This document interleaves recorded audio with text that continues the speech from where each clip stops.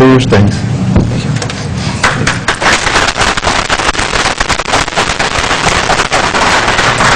If I could just take a couple minutes of works time, if I could have all the public works guys stand up front up here real quick so people can see, put faces to the names and so forth. What you have here, gentlemen, is a road crew and a pipe crew, and we have a mechanics here as well.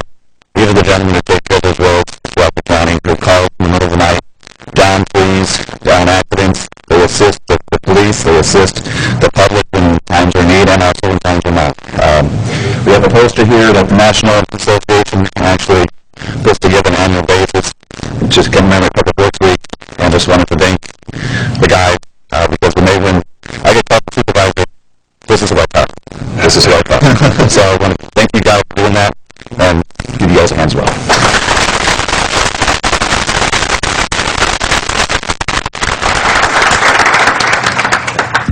Thank you, Steve, and thank you for all the Public Works people that showed up to our meeting today. We do appreciate the hard work that you do for us every single day. Rain and shine, you're out there all working hard, and we do appreciate that. Thank you. Mr. Chair, if I could, along with the gentleman, I would like to thank the lady in the crowd. Yes. Well done, Supervisor Barrios. You're welcome. We'll move on to our next proclamation or recognition, and it is May 18th, 2013, National Kids to the Park Day. And Supervisor Barrios has the privilege of presenting that award. I do, and who will I be presenting it to? Oh, there she is. I knew there was somebody in the crowd. My great friend Debbie. Welcome. There's nothing more fun, especially as a grandparent, to take my grandchildren to the park. And as a kid, that was one of the most exciting things for me, is to be taken to the park. On Easter, I remember everybody got together, family, cousins, kids, and that is what we're celebrating today. This is to proclaim National Kids to Parks Day, May 18, and I would like to present this on behalf of the Board of Supervisors. To proclaim, to participate in National Kids to Parks Day, we urge residents of San Benito County to make time on May the 18th to take the children in their lives to a neighborhood, state, or national park. Congratulations for all you do. You keep our parks beautiful. There's a lot of work that goes behind keeping our parks, in a way that we can all enjoy them, so thank you for that. Thank you so much. Would you like to say something? Thank you, Mr. Chair, members of the board, and to the public. My name is Deborah Cable, and I'm the Vice Chair for the San Benito County Parks and Recreation Commission. This commission is made up by people here in San Benito County as a volunteer, just an advisory group, and we try to speak for you, in a sense, hearing you. We meet every second Tuesday of the month. We encourage all residents, county residents, and even visitors that come to our county to come to our commission meetings. One of the things that I do want to mention is coming to San Benito County is a very important place here. It's a unique place. We have national parks. We have state parks. We have state vehicular recreation areas. We also have Bureau of Land Management.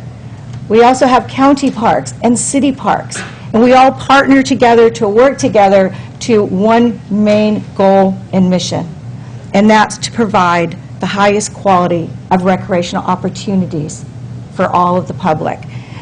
And those recreational opportunities can be either just sitting under a tree reading, like a library, or just going out and recreating, hiking, or walking amongst each other. It's a way to connect your families and to go out. And we hope that you take Saturday, May 18th, and go and visit one of your local parks. It may just be in walking distance.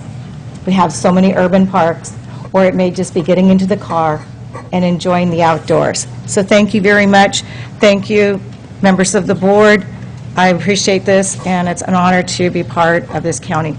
And thank you. Oh, by the way, join Benny Benito White out there, our officials San Benito County Parks and Recreation mascot, and we have these little flyers out there. And if you're not familiar where the parks are located, in the little flyers, all the addresses. So we hope that you're able to go out and enjoy your San Benito County parks. Thank you. Thank you very much. Okay, we probably should have made a motion to accept that proclamation. Well, I made a motion to accept them all, Mr. Chair, Okay, at the very beginning of good, the all meeting. right. Want to double check that, we didn't want to leave that out hanging. We'll move on to public comment. Again, these are for items not on today's agenda. Please keep your comments to 3 minutes, and as well as with the agenda items, we hope to have comments limited to 3 minutes as well. Teresa Owens.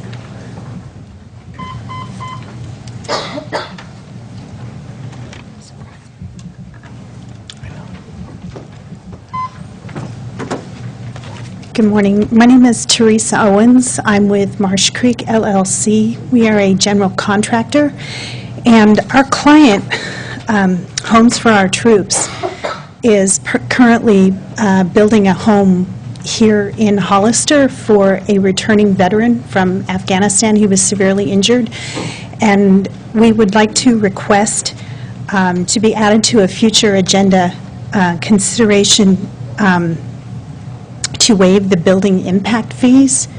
Homes for Our Troops is a nonprofit organization,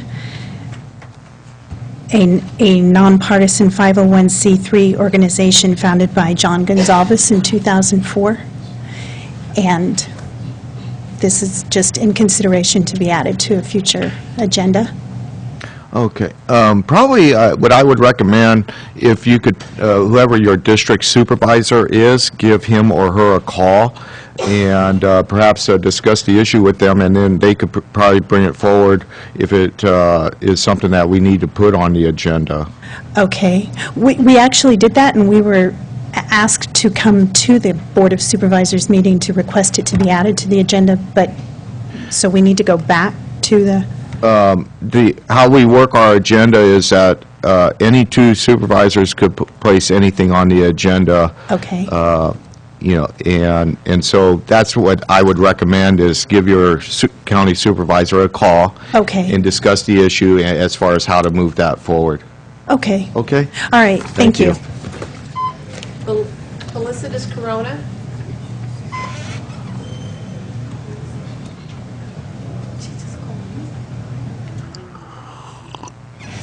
You don't want to speak under public comment?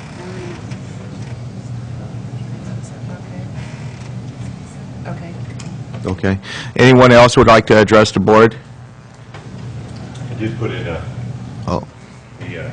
card, That's... Mr. Chairman. Yeah, it's in the file somewhere. Marty Richmond from Hollister. Actually, the young lady before came before. Actually, is part of what I wanted to say. I do not represent anybody, but I wanted to take this opportunity to thank the Board of Supervisors, Supervisor Dela Cruz, who represented the Board of Supervisors, and all the residents of San Benito County for the welcome they gave to Sergeant Brian Juergens and his wife.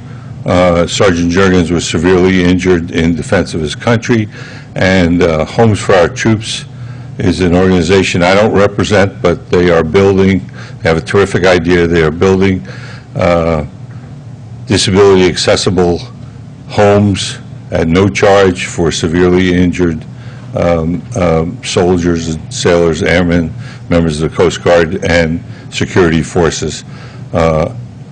And I think this is just a terrific program. From what I've looked into it so far, they are efficiently use the funds they get. They provide this terrific expression of our appreciation at no charge to the injured soldier or his family.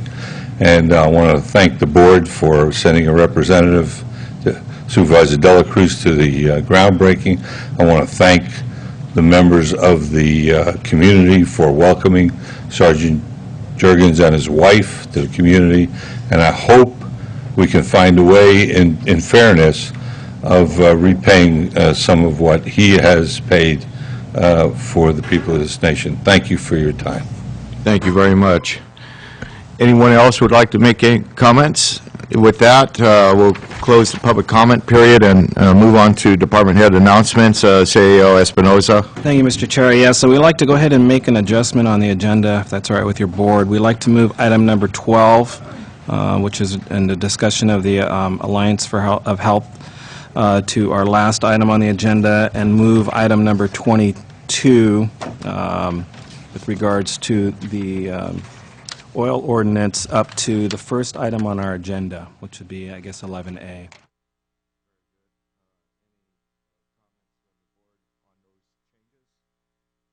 Good. Any other department head announcements? Yes, we do. We have an announcement from our COG director, Lisa Reinheimer. She has an announcement.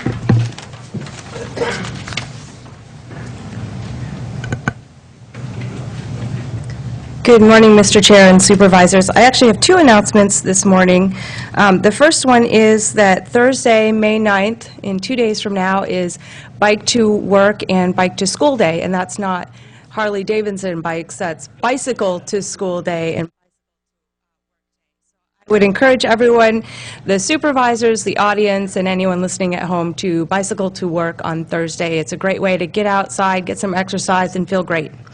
So that's on Thursday. And then this coming Tuesday, on the 14th, I have given you a handout, and there are a couple in the back called Design Our Future. The Association of Monterey Bay Area Governments is doing a public workshop at the Community Center from 6 p.m. to 7:30 p.m., and it's with regard to the Sustainable Community Strategy, where what they're trying to do is get input from the general public in the AMBAG region, Monterey, Santa Cruz, and San Benito, on how to better look at land use and transportation and how those decisions impact car emissions, in other words, pollution from cars. So what they're trying to do is think outside of the general plans, just as an exercise to see what we could do regionally to reduce car pollution. So I would encourage folks to go to the workshop on the 14th, 6 to 7:30 p.m. at the Community Center just across the street, and let us know what you think. So like I said, I would encourage folks to go. And that's all I have this morning. Thank you. Great. Thank you, Lisa. Any questions? No. Okay. Thank you. Any other department head announcements? No, not that I'm aware of, no. Okay. We'll move on to board announcements. Supervisor De La Cruz. Thank you, Mr. Chair. I'd like to thank the members of the audience and thank Rich Martin for mentioning my name for that wonderful event that we all attended to build a home for all troops. It's a good program. It's a worthwhile program. I would encourage my fellow supervisors to support the concept, at least to discuss it at the board level. Mr. Chair, making a request if we can somehow put it in some future agenda, just to because for informational purposes and the direct staff on what and where and how we can go about to assist this organization. Okay, we'll certainly work together to do that, Supervisor De La Cruz. Thank you, Mr. Chair, and that concludes my report. Okay, Supervisor Munzer. Thank you, Mr. Chair. First of all, I want to thank all the firefighters involved in the Tres Pinos Hills fire of last Friday. I know CAL FIRE was there, North Monterey Fire District was there, Hollister Fire Department was there, and I believe units from even South Monterey County responded, kept that fire from causing any structure damage or any homes being damaged. So I want to thank all those involved in that, and also just put out a word to the public, just a reminder that this is shaping up to be a bad fire season. This is very early to be having these major fires all over the state, and I just want to ask everyone to be careful with any combustible items for the rest of the summer until the winter rains come again. Also on Friday, I attended the Off-Highway Motor Vehicle Commission meeting in San Jose, and they were holding a meeting about BLM's EIS, final EIS, and taking testimony on whether they should draft a protest letter for the EIS. That is on our agenda today also. And so I just spoke to them about the county roads, how we feel that the roads are ours, county roads, even though we don't maintain them. So we'll be discussing that a little bit later also. And on last Wednesday with our auditor, Joe Paul Gonzalez, I went up to Sacramento and had a successful day of testimony for Senate Bill 446, and we got a 5-0 vote on that, and that will be moving forward to the Appropriation Committee. Okay. That Very, concludes my presentation. very good. Thank you, Supervisor Munzer. Supervisor Barrios? Thank you, Mr. Chair. I want to support Supervisor De La Cruz's request to put on the agenda this item that makes 2 supervisors regarding the homes for our troops, so I would like to make that a formal request and go ahead and put it on the agenda, since you have Great. two supervisors. I don't think it is particular to any district, so I think it would be appropriate to do that. Secondly, I'd like to say that under the Continuum of Care organization, that we have partnered with Monterey County and received the $200,000 grant for the homeless. We are moving forward in a very positive manner. We have placed 6 families or individuals in homes already, and are hoping that the rest can be placed before the end of the year. And these are families that suffer, physical or mental disabilities. And so I just want to thank our Health and Human Services and the Homeless Coalition in helping us to put that, make that possible. I also want to say that in the Intergovernmental Committee, we are discussing and are planning to discuss, rather, the shopping cart dilemma issue that we have in the county. It appears that there have been some complaints that the shopping carts are a nuisance and they are also damaging vehicles, and we just need to address it. I'm not sure if we have anything as far as regulations or ordinances in the regulations in the county, but it's something that I would like for us to explore, but we will be discussing it at the intergovernmental level. I attended the Pajaro River Watershed Flood Prevention Authority, and the silt study has been completed in San Benito County and the San Benito River. And we provide, or the river has about 20% of the water that goes into the Pajaro River is from San Benito County. So silt has always been an issue because it builds up the banks and doesn't allow the water to flow, adds to the flooding situation that we have in the lower part. And so that has been completed, and I'll be reporting on the results of that later. I believe that's it. Thank you, Mr. Chair. Okay, thank you very much. We'll move on to the consent agenda. Supervisor Barrios, you had an item or two pull? I do. Item number 4, number 8, and number 9. Thank you. Is there anybody from the public that would like to pull any of the items? We have speakers that would like to address number 7, number 12, number 14, and number 15. 12, 7, 12, 14, and 15. I think 14 and 15 and 12 are regular agenda items. So 7. Just 7, okay. I'll entertain a motion to approve the amended consent. I'll move to approve the amended, the consent calendar, Mr. Chair. I'll second that one, Mr. Chair. All those in favor say aye. Aye. Opposed, hearing none. We'll move item 4. Supervisor Barrios. Thank you, Mr. Chair. I had a question on this in regards to why we didn't go out to bid for this particular contract. I know that this is a necessary thing, and I support it. I'm thinking that maybe there are not a lot of companies out there that do this sort of work, and they're the only ones that are available. So if I could just have clarification on that. Sorry about that. Can you repeat yourself, Supervisor Barrios? Yeah, it didn't appear that we went out to bid on this particular contract with this company, and this is Profile Preservation, Inc.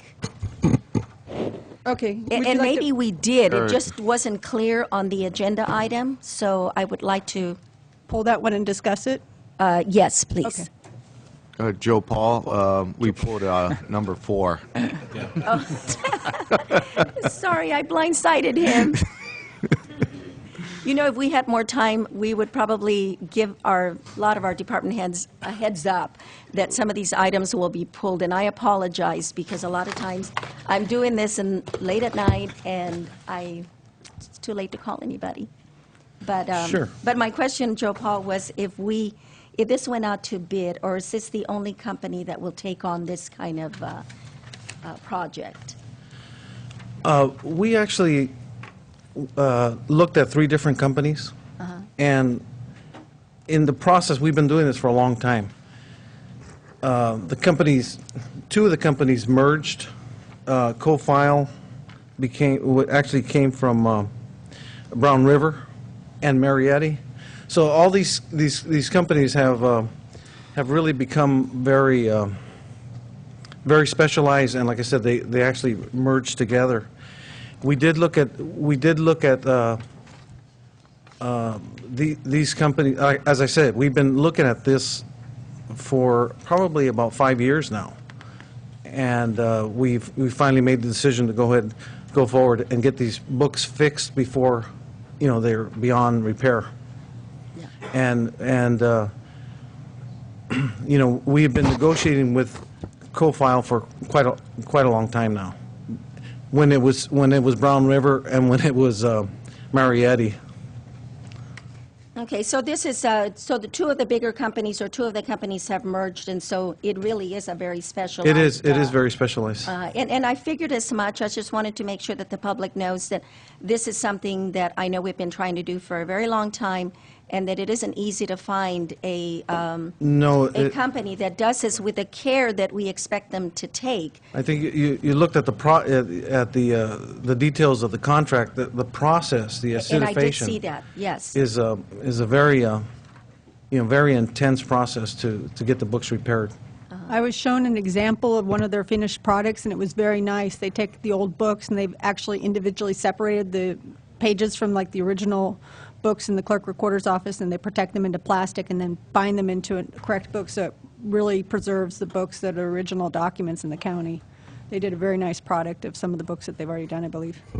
Okay, so we did get some example or some samples of their work. Well, we've already done actually 1 book just to look at the kind of work that they were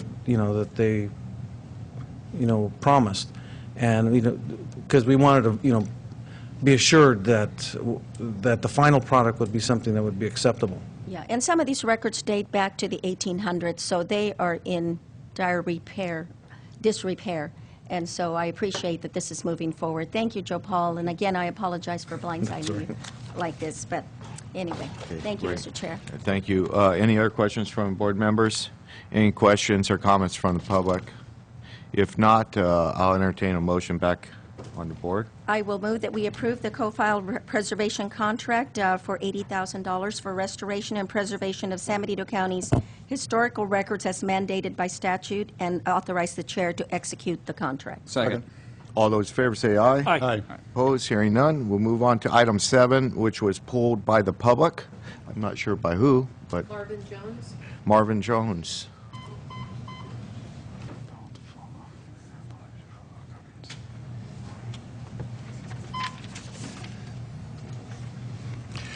Thank you, Mr. Chairman. Before I mention the item there, had the opportunity last night to get one of the Buddy Poppies. The women will be selling them, I think it's the American Legion women, weekend after next. So if you get a chance to help our veterans with getting a poppy, by all means, do so. On this item number 7, that is this the one about the greenhouse gases? No, this is about the ambulance. Then I did the wrong one. I'm sorry, but I did at least something positive there. Okay.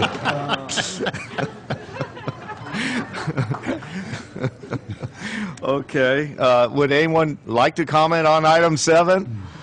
Seeing none, we'll go ahead and bring it back to the board for a motion. I'll move for the temporary operating permit issued to West Med Ambulance Service. Can I have a second? Second? All those in favor say aye. Aye. Opposed, hearing none. Now we'll move on to item 8 with the greenhouse gases. I think that was pulled by the public as well, or was that pulled by Supervisor Barrios? I pulled that, Mr. Chair, thank you. And the question that I had, there appears to be that a little confusion for me on whether it's a $12,000, it's a not to exceed $12,000, but there's mention of $3,000 as well on the contract. And I was wondering if there was anyone here that could explain that to make sure that we are approving the correct amount.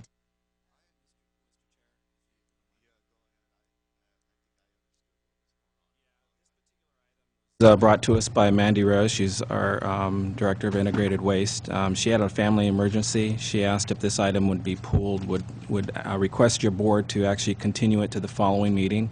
So if there's any questions with regards to this particular item, I'd like to have this continued, if it would be okay to your We could continue the item, and I think an explanation on it is that we're working with the 2 cities as well, and the county share is $3,000, and the balance of that contract is between the 2 cities for their prorated share. Okay, well, the request for approval was for $12,000, so I thought, well, if we're not paying the $12,000, shouldn't we just be approving the $3,000, our share? But maybe we are the lead agency, and it's coming through us, and if that's the case, then I'm okay with it. Yeah. Okay. So, CEO Espinoza, is it preferred to just continue the item, or I think the board could make a decision on this? Could make a decision based off of that, and my understanding is that is the case, but... Right. Yeah, knowing that, and I did know that our share was only the $3,000, but it appears that we're approving $12,000, but are we okay then, are we the lead agency? Yes, we'd be doing the contract with the okay. contractor, so. Then that explains it, and I'm okay to make a motion to approve Okay, per staff great. recommendation. Prior to the motion, I'll open it up to public comment. Mr. Jones?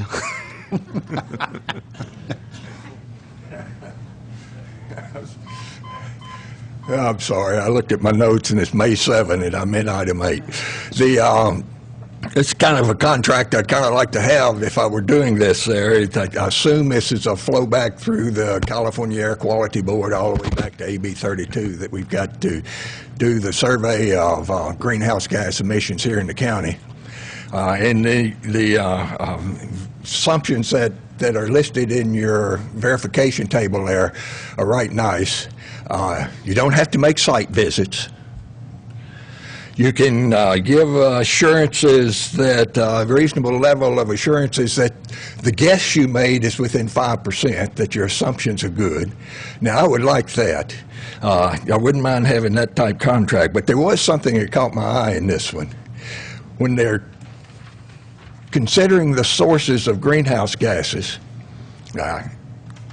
they do not have to count the county transit. AMBAG has got them exempt. But they do have to count the greenhouse gases because of the electricity that is used in San Benito County, if I read that right. Production of electricity, say by a gas-fired power plant, generates carbon dioxide. We in San Benito County have electricity. Now, if this electricity came from such a power plant to generate CO2, the way this read was the San Benito County gets credit for that CO2 generated. That doesn't compute.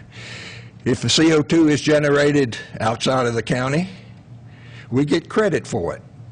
Does a power plant get credit for not generating it, or are they double dipping? That was just a question there, and maybe we need to wait for Mandy to answer that one. Again, you turn on your lights, you get credit for generating CO2. It just didn't compute. Thank you, sir. Thank you very much. Anyone else from the public? Seeing none, I'll bring it back to the board. And I made my motion earlier to approve per staff recommendation. Okay. I have a motion. I have a second.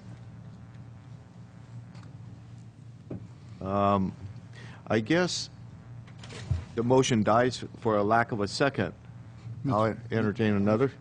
I'll move that we continue this to a date certain of May 21st. I have a motion to continue the item. Do I have a second for that? I'll second that. Okay. All those in favor say aye. Aye. Aye. Oppose? No? One no.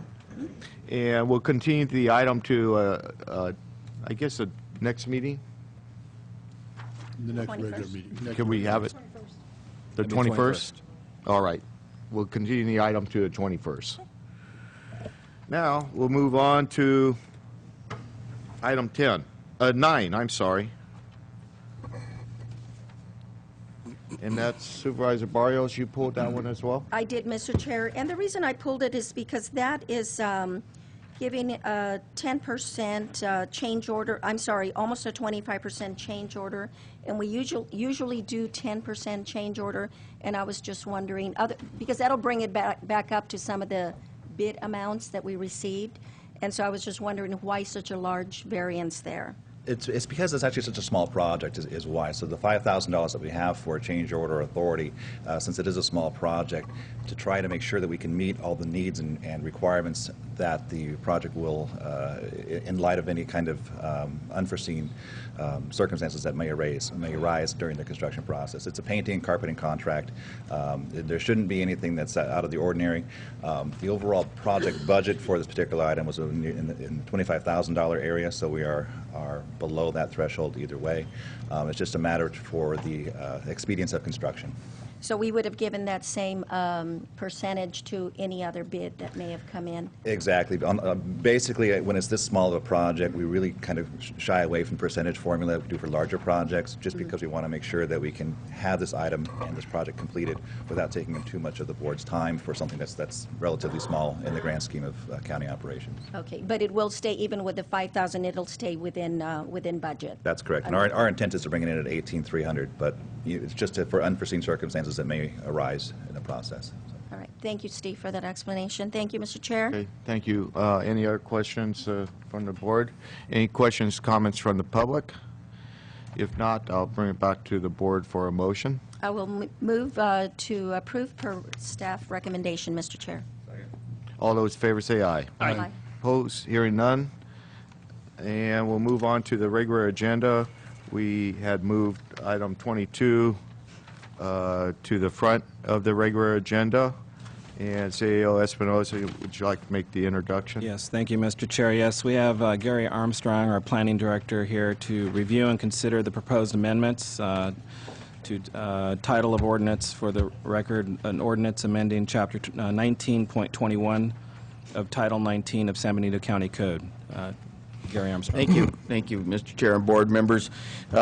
Your direction at the last meeting was to go back and make some minor revisions to the ordinance, which we have done. We met with the subcommittee, and County Council has made those revisions, and it's before you today for first reading and adoption. Just in summary, at the last board meeting, the board made the following policy decisions: to make the ordinance permanent rather than a 2-year temporary ordinance, to take out the mineral rights owner as an individual that could be held financially responsible for liens for any costs of related to the operation, to increase the bond to $15,000 per well with a $10,000 bond for 7 or more wells, to increase the insurance amount to $2 million, to change the definition of applicant, to take out the references to the mineral rights owner. The board indicated that the petroleum administrator would still have discretion to waive or defer certain application materials under Section 19.21.006. The board decided to keep the 500-foot setback limit and also kept the groundwater monitoring paragraph as we made those changes. In addition, there were some changes to on the financial assurances section on page 10.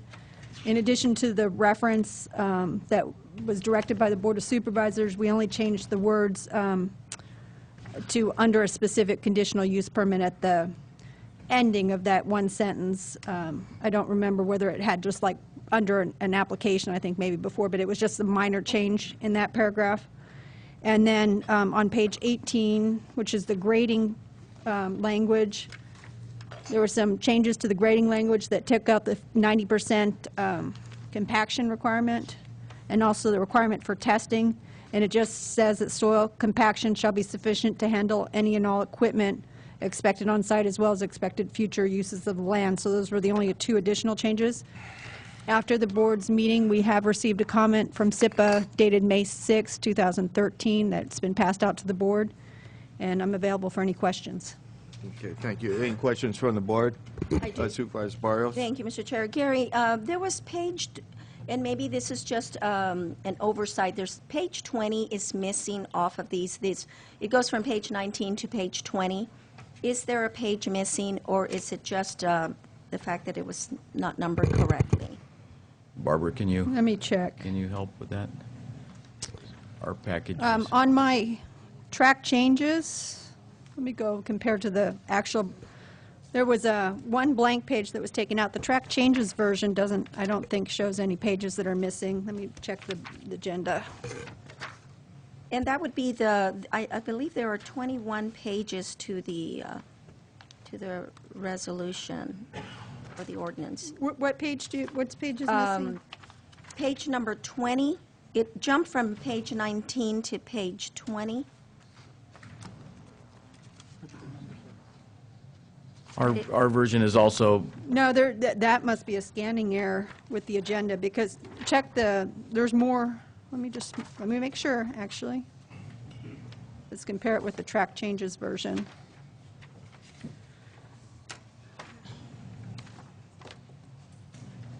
And while she looks at that, Mr. Chair, there are some There is some language that's missing because there's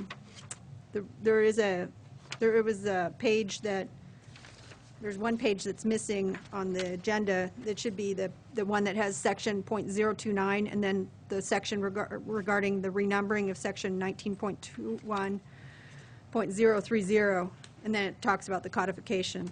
So that must have been. Were there any changes to that section, Council? Not substantive. We just had, it just talked about the renumbering of that current section 19.21.014. It's just renumbered as 19.21.030. So there's no changes that were like substantive on that page. I'd like to get a copy of it if we You could. should.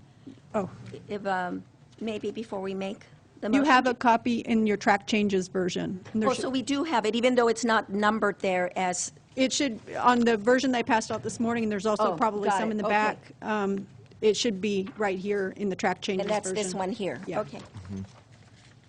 And also, Mr. Chair, there were some typos that I would like to bring to the attention of council before we finalize it or before we approve it, do the And- final approval, and I'll go over those with council if I may. Okay. And any sort of typos is responsibility of Supervisor Munzer. There's going to be twice as many then as there is now. Okay, thank you, Supervisor Barrios. Anything else, or at the Yes, moment? there are. Thank you. If you'll just give me the opportunity to look through my notes very quickly. I believe we had discussed where the petroleum administrator had the option to waive certain requirements. And I had expressed a concern that I didn't feel that fees should be waived, but that statement was still left in the wording. And I just want to make sure that that we're not putting ourselves in a position where we will be waiving fees that should come before the Board of Supervisors. Okay, No, I know it's not that meant for the committee- waiver of fees. It was a 3-2 vote, and it was waiving the application materials. For example, if one of the application materials doesn't exist or they don't need it for a specific application, we didn't want to not be able to deem an application complete. So that was like if they can show good cause for a reason why they can't give a specific application material, that it wouldn't preclude the having the application deemed complete.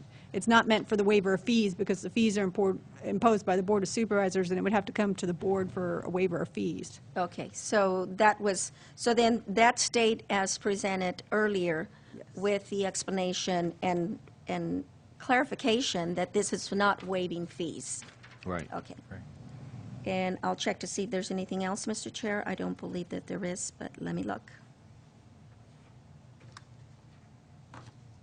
No, the rest were just typos that I'd like to talk to council about. Okay, thank you. Thank you. Supervisor Munzer. Thank you, Mr. Chair. At our last meeting in which this was brought before us, we had the representative from Dogger who stated that Dogger's bonds covers the wells from birth to death. And in our section of 19.21.007, we are asking for a $15,000 bond per well for 6 or fewer, and a $100,000 bond for 7 or more wells. And I feel this is redundant.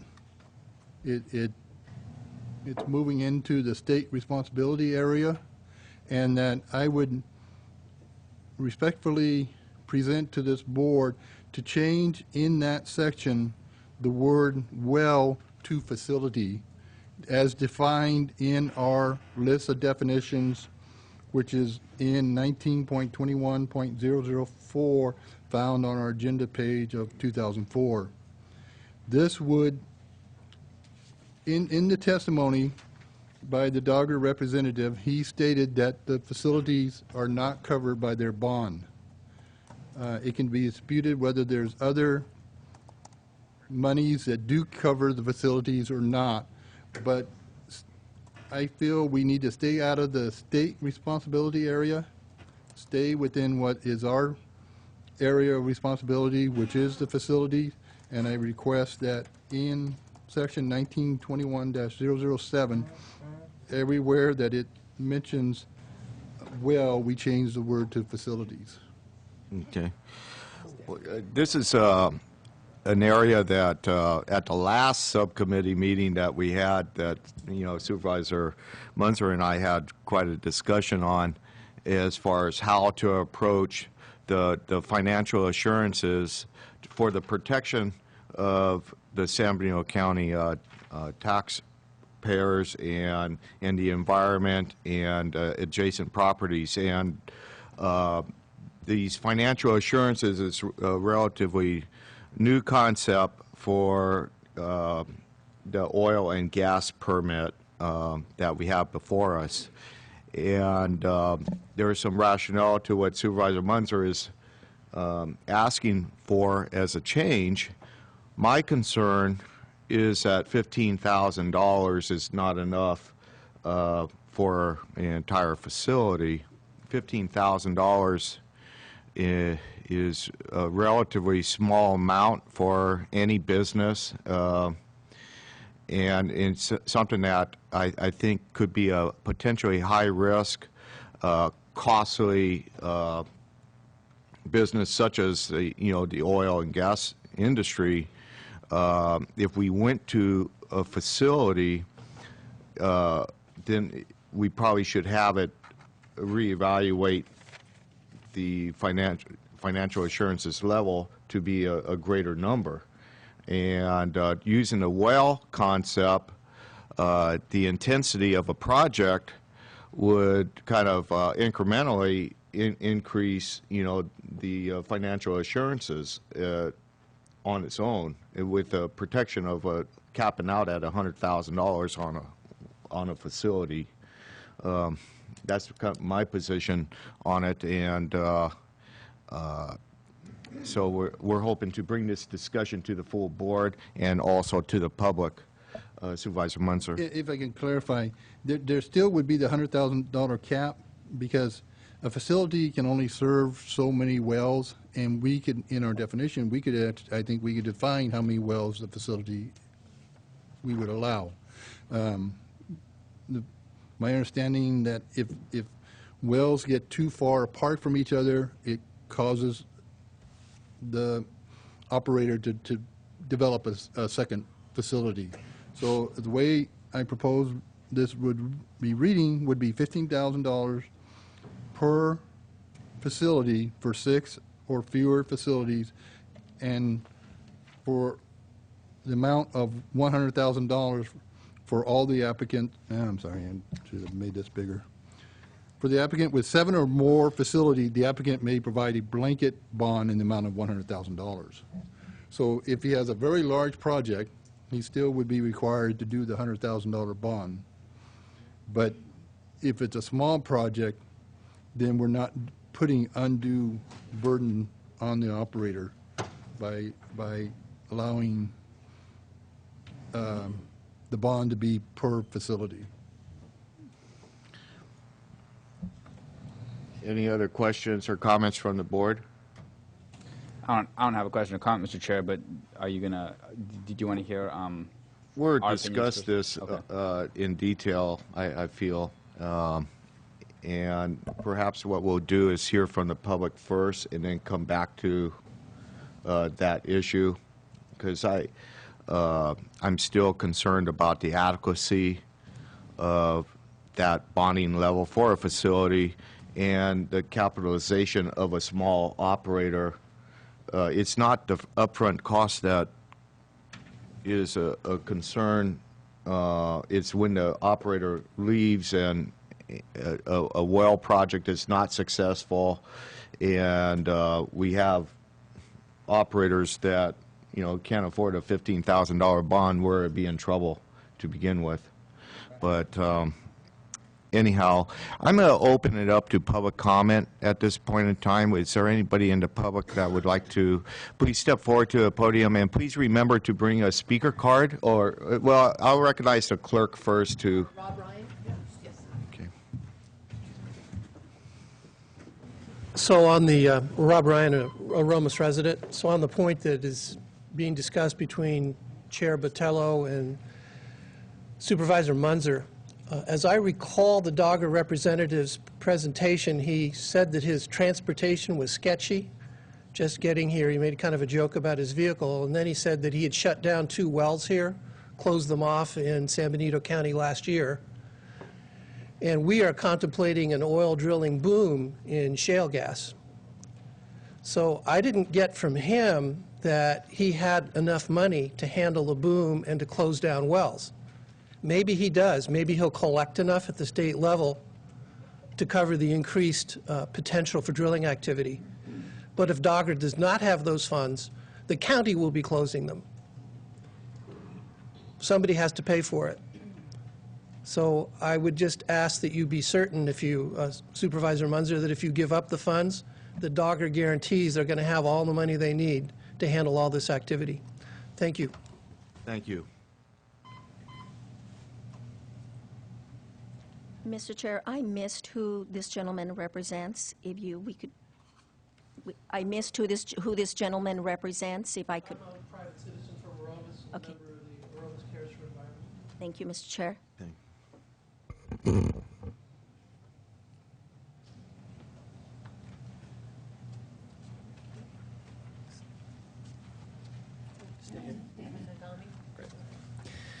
Good morning, Supervisors. Damon Nagami, Senior Attorney with the Natural Resources Defense Council. Thanks for taking this matter up today. I wasn't sure if I was going to say anything, but with the issue of the bonding coming up, I wanted to make a couple of clarifications. I don't know exactly what the representative from Dogger said. I wasn't here at the last meeting, but my understanding is that actually bonds that go to Dogger do not extend from birth to death. My understanding is that they can be discharged as soon as after 6 months of production of the well. This is something that is being addressed with legislation. There is a bill going through the legislature that would increase the state bonding levels to a level that we think could be more appropriate. But as you know, with state legislation, it's never a guarantee. So along with SIPA's comments, there have been statements that bonding levels are adequate at the state level and it's not necessary here. Well, I'm here to say that respectfully, we don't believe that that's the case. $15,000 level at the county level is appropriate. It's reasonable, as has been discussed today. Dogger has admitted as much In a November 2012 letter to EPA responding to an audit of Dogger's program overseeing the underground injection control program. So Dogger has admitted that the state levels of bonding are inadequate at this time. So anything that you can do at the county level to shore up those bonding requirements would be a step in the right direction. Thank you. Thank you. No other speakers? Okay, we have a couple coming forward.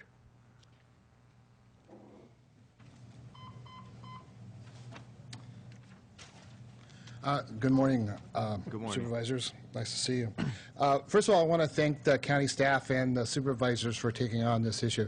Let me identify myself. My name is Wayne Norton, and I'm an elected member of the Aromas Water District Board of Directors. This is a really important issue that the board and staff has done a lot of work on, and we really appreciate it. And I just want to say from the water district level, water district perspective, this ordinance is very much needed. The old ordinance, as everyone looked at it, didn't come anywhere near the level of safeguards to protect our water.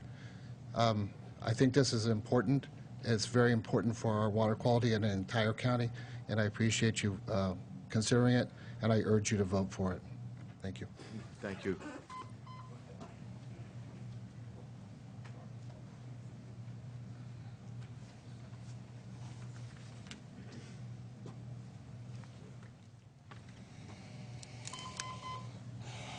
Good morning, Supervisors. Bill Hunter, San Juan Bautista resident. I want to thank you, most of you, for fulfilling your responsibility as our elected officials to protect our communities and local economy. I do understand that oil is a precious and necessary commodity. Perhaps that is why I do not understand the need to extract every last drop of oil and burn it as soon as possible. I think the rush is to avoid reasonable regulation by an industry that considers itself too big to comply or be regulated like other industries, ensuring transparency and protecting our water and air. The notion that any entity should be allowed to pump any solution they deem to be useful into our environment and distort the intention of laws not to provide all chemicals they will inject is hard for me to even believe. So I thank you again for your open minds and realizing that we cannot depend on state and federal oversight and regulations that are just not there. Lastly, I would like to say that last time I had the privilege of addressing you at the podium, I was asked by Super De La Cruz if I had ever worked in the field for $7.50 an hour, a question I thought to be inappropriate and unrelated. Reflecting on this question, I can only conclude that Mr. De La Cruz values profits of the oil company more than the jobs of many of the people that he was elected to represent. Thank you. Okay, thank you.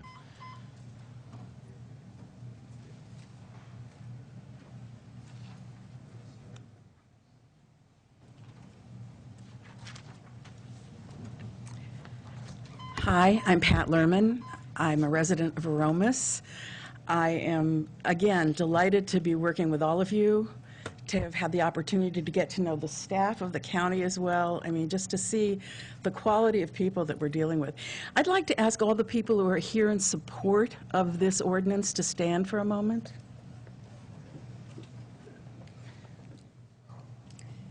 Thank you. We strongly support the ordinance. We, from my personal perspective, I know it's been a compromise, and, of course, everybody doesn't get what they want, so it's not exactly the ordinance that I dreamed up originally, but it's really good. And I think that we've had a lot of discussion here. I was disappointed that SEPA sent its comments yesterday at 4 o'clock, just before the board meeting, when we've had a lot of opportunity for these discussions to come in. And I just wanted to point out one thing. I urge you to pass it as it is drafted.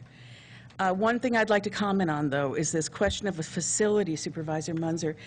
And I'm not an oil and gas gal, so, I'm just hearing what people are telling me. But a facility, recently the Planning Commission approved up to 15 exploratory wells in I believe in your district. It's our image from, at least from my childhood and driving down Highway 5, is there's one well. Now, Oil extraction, I'm told, is a lot of them, a field of them. It could be 1 square mile or more. So if we're talking about a facility, I urge you to get lost off the highway in going to LAX and end up in the Baldwin Hills in Los Angeles to see what a facility is. I mean, you just are suddenly in an urban area, and there are hundreds of oil wells there. And would we call that a facility? So I know you're doing this for a good reason, but I would urge you to stick with the bonding as it is. And thanks, everybody, and I hope that you'll vote yes. Thank you. Thank you.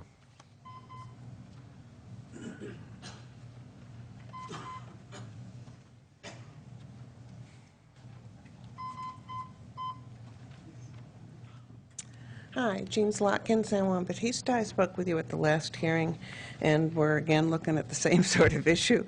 And I know, and you know, that you've done a lot of thinking and hard work about this, and I'm sure that Supervisor Munzy, you also have thought about what you were proposing. But with regard to the bonding, you did decide last time not to impose any joint liability on a mineral rights owner, and in lieu of that, you decided to go with the bond and raise the bond amount. The state has its own problems, as we have just heard. I won't reiterate that. The county is where this is going to happen, and the county must have protection. And we can't always rely on the state to do that kind of thing for us. If there is some overlap, I'm sure that can be resolved at some later time. But at this point in time, Dogger doesn't have the ability to guarantee anything to the county. The county has the risk because it's our water, our land, our people, and we have a primary duty to the health and safety of our constituents. And to do that right, I think you need to keep your bonds on the wells, and I would urge you not to change that language. With regard to a couple other related matters here, there is no state per se liability for a joint liability, that is, for a mineral rights owner.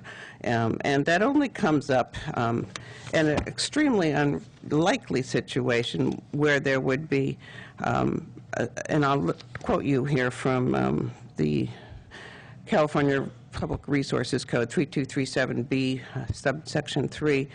For the purposes of this subdivision, operator includes a mineral interest owner who shall be held jointly liable for the well if the mineral interest owner has or had leased or otherwise conveyed the working interest in the well to another person, if in the lease or other conveyance the mineral interest owner retained a right to control the well operations that exceeds the scope of an interest customarily reserved in a lease or other conveyance in the event of a default. It's not going to happen. No mineral rights owner is going to enter a lease that's going to have those sorts of provisions. And I don't think we need to really worry a lot about mineral rights owners here in this county. These are people who engage in this for a purpose, which is financial gain. The most dangerous cases will be your small operators, frankly, with small capitalization. And I think those are the very people we need county bonds for more than anyone else. But I suggest that it needs to be universal, that there is no untoward risk for the mineral rights owner, that they have insurance, and that the county needs bonds. Thank you very much. Thank you. Anyone else?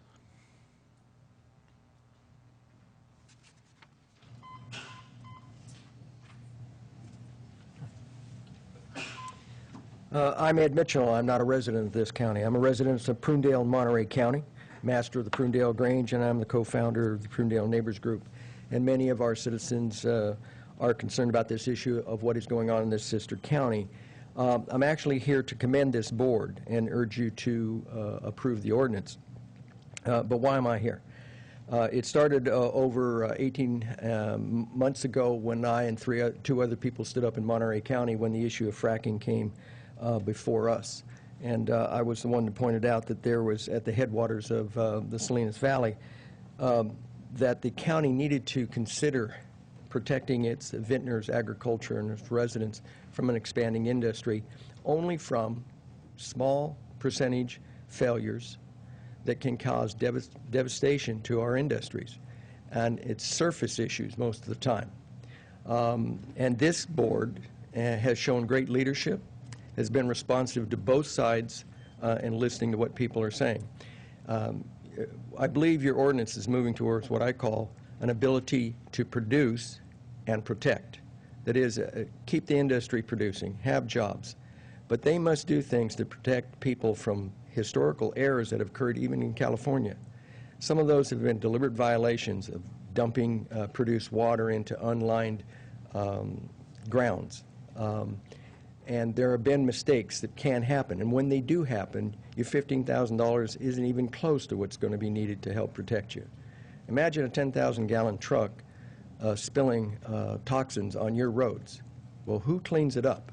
Now, these are the issues that many of us have been going to Dogger and others to try and ensure that there's fast responses. But you may find the county is caught shorthanded having to move very quickly. So I encourage you to continue with what you're doing. You're showing leadership not only to this county, but to Monterey County. We're hoping to leverage off of what you're doing. Thank you very much. Thank you very much. I'm sorry, I already took a comment. We take all our comments up here.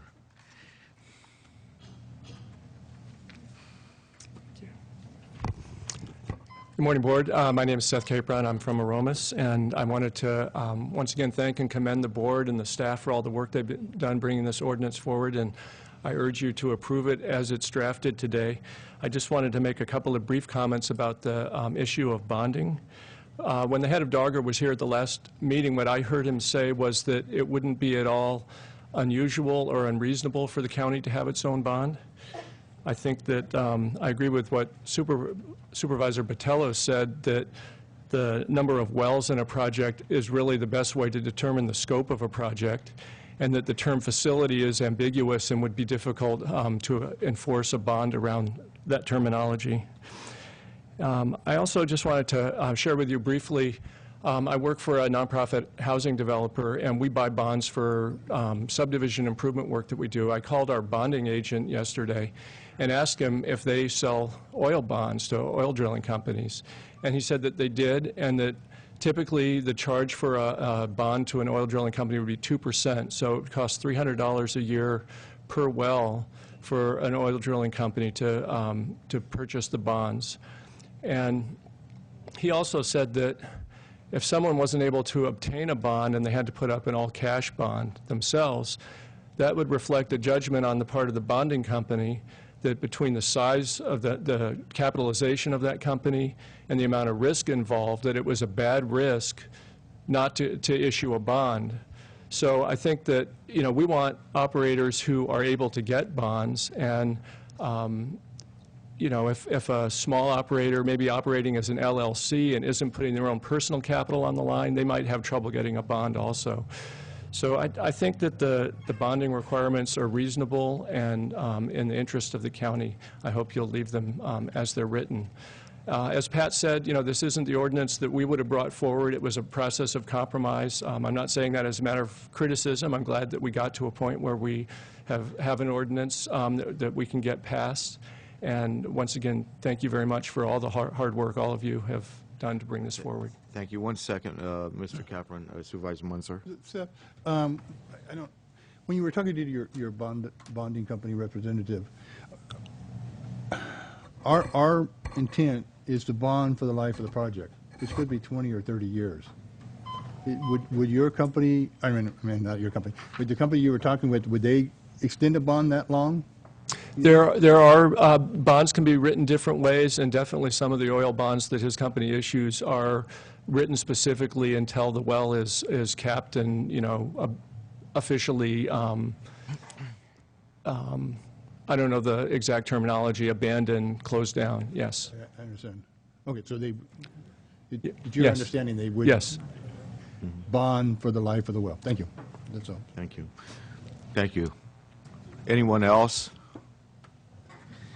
With that, I'll close the public comment and bring it back to the board, and I'll go first. I just want to say that, again, thank everybody who participated in this effort of drafting this revised ordinance.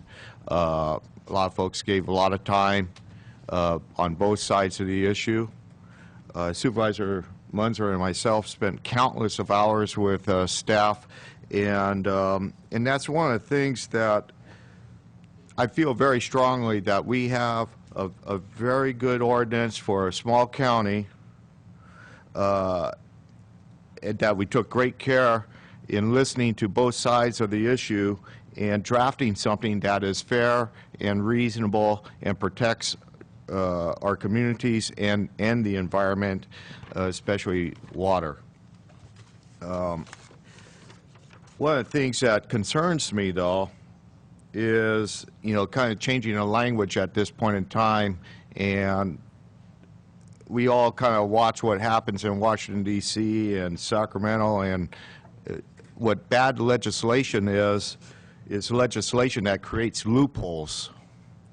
And we've met with the oil industry not just once, not just twice. We've met with them a number of times to go through a number of different drafts. And what I question at this point in time is now we use well as far as the definition of what the defining intensity or scope of a project is for financial assurances, and just now they're coming with facility, and I smell what is a loophole.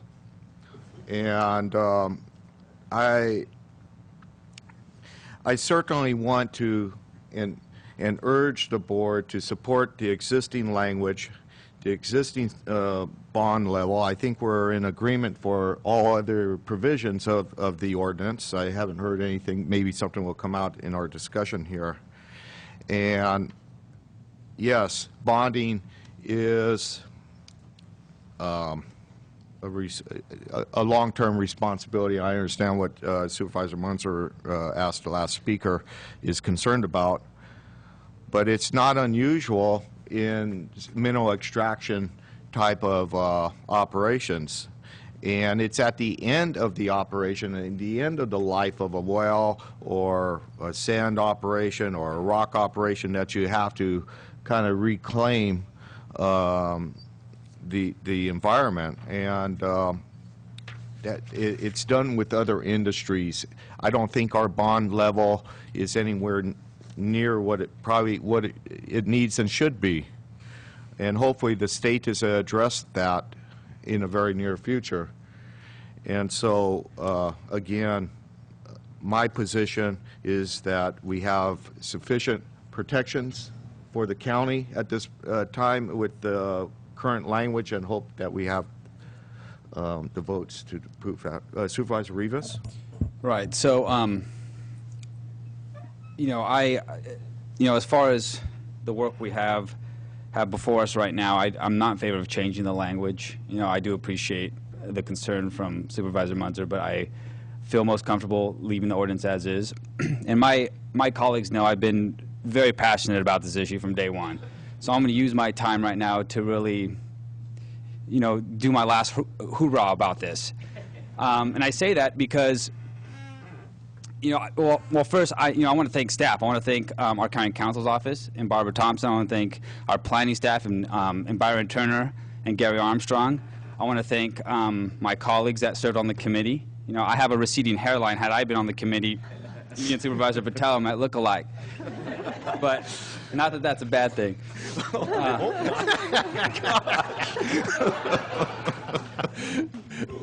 But I thought long and hard. We've met in public. We've had our public hearings probably half a dozen times here in our chamber about this issue.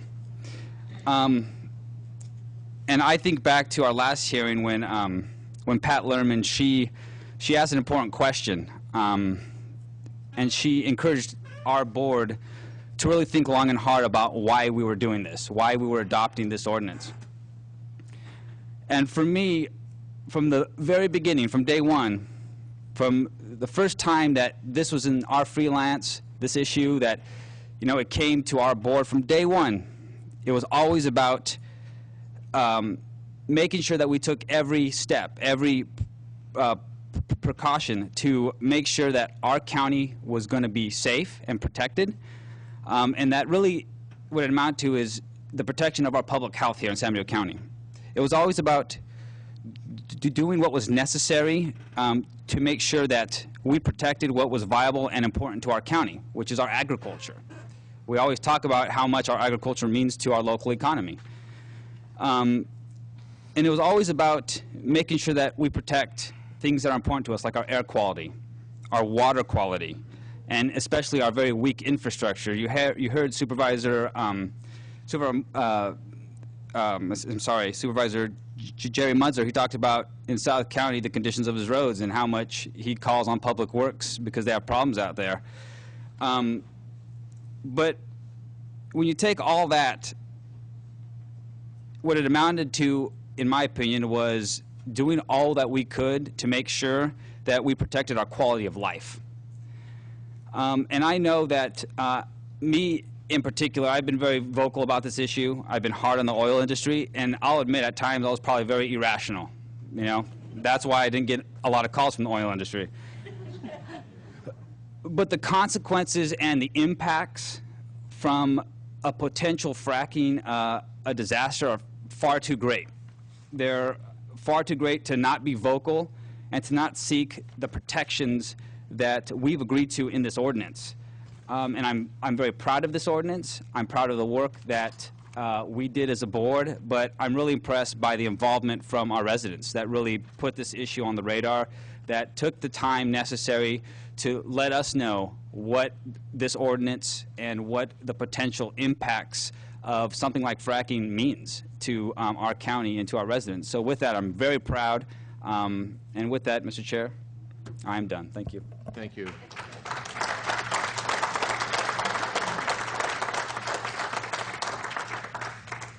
Supervisor Barros. Thank you, Mr. Chair. I have a couple of comments. First of all, when Dogger was here at our last meeting, they did mention that they collect money from the applicants, well, drillers, whatever we want to call them, and that money has accumulated and has built up, and they have rarely used it. So there is, I just want to point out that there is some funds available to small counties like ours to be able to take advantage of that cleanup if we don't have enough money from the applicants.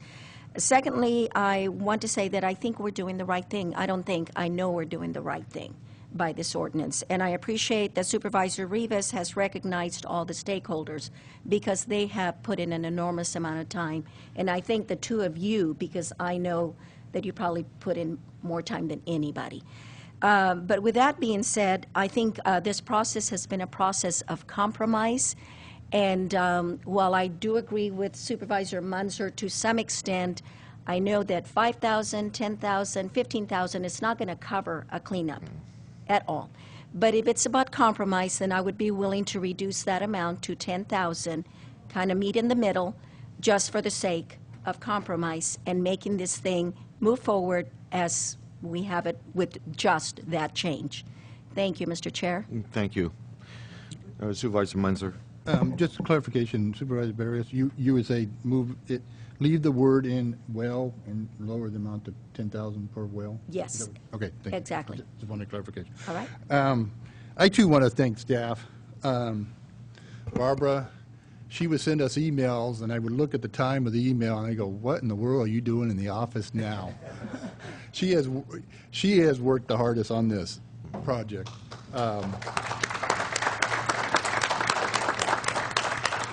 Gary and Byron have also worked diligently on it. I've shown you my binder in a previous meeting, how it was growing. I have it with me. I won't get it out. But every time we got a revised ordinance, I would put the date on it so I could keep track of which was the latest. I got to the point where I was putting AM and PM on it because Barbara would give us one in the morning and she'd give us a revised one in the afternoon. So this ordinance, we have worked very hard on it. We are trying to come up with a defensible document. We do not want to be sued by either side of this issue. We want to make sure that we have something that we can live with and that it will work for the long term. One speaker got up and mentioned Dogger bonds in after a certain amount of time, and that is correct.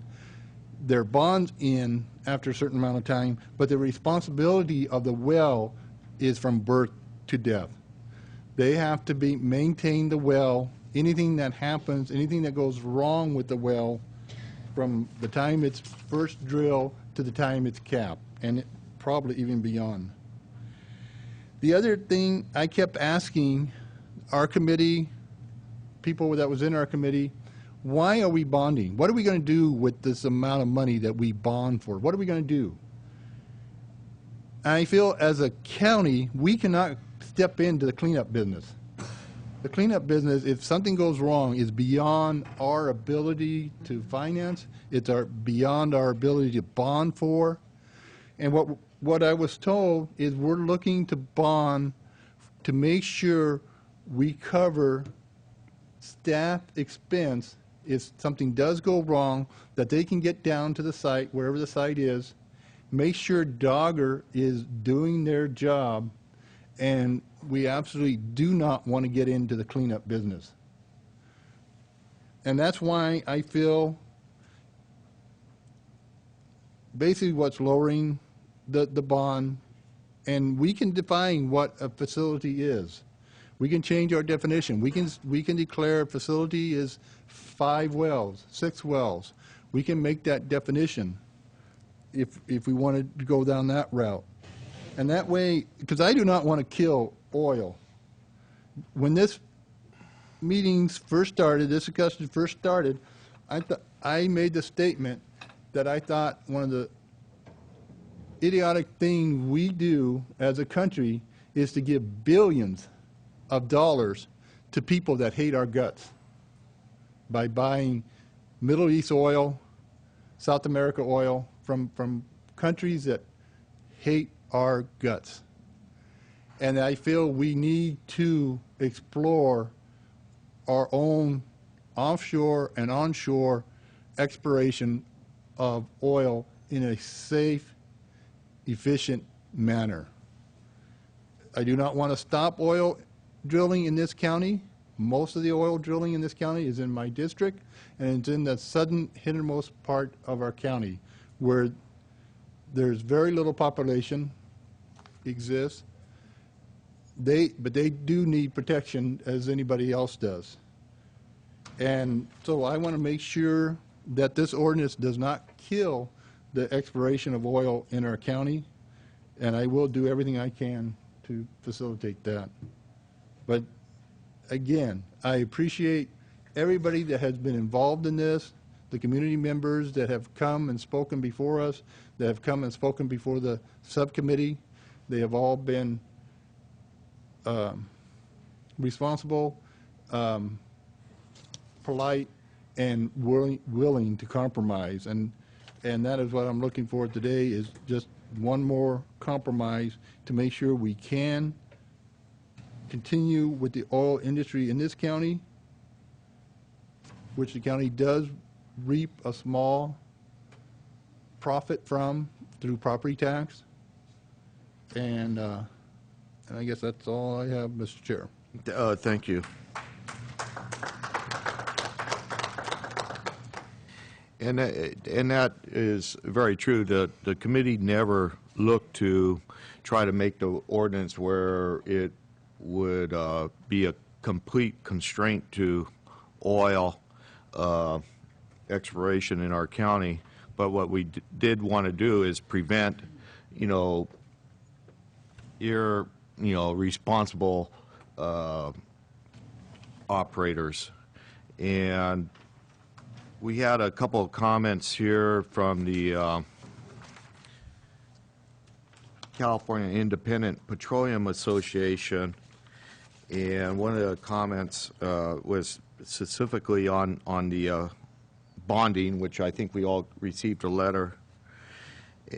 And one of the things they recommend was maybe additional facility bonding can be required if the operator meets certain bad actor requirements. And I don't know about anybody else. It kind of sets off a red flag to me you know, how does the county determine a bad actor and whether or not that's even our role when somebody puts in an application. I don't think that's right. I think we need to administer our ordinances and permitting processes in a fair and equitable fashion. And if we have a bad actor, then it's too late. And, you know, I understand what you're coming with, Supervisor Barrios, but an oil well is a huge investment. It's $500,000 to $1 million per well. And the county bonding, what we're asking for, protections and insurances, is just a fraction of the cost. I don't think $5,000 is a make or break anybody on this, and it comes with a cap as well anyhow. So if you're coming in with 11 wells, it's still a $100,000 cap. And one of the things that we have to assure the public is that Dogger is doing its job as well, you know, and there's a cost that, you know, somebody contracted through our planning department for oil administer. However we do that, there's a cost involved in it, and it takes no time at all for, you know, to go through $5,000, $10,000, $15,000, and that assurances is to make sure that, you know, there's compliance with our use permit, there's compliance with state and federal laws, and that, you know, if a project is required for water monitoring, that is being done on the timeliness that it was allowed to go forward. So again, I don't think it's exorbitant, and, you know, would hope that ultimately we keep the reassurance amount intact.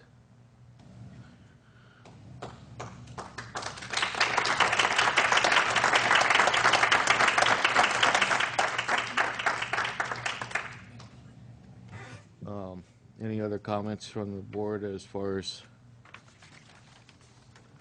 If not, I have one possible change to address Super Barrios's concerns on 19.21.006.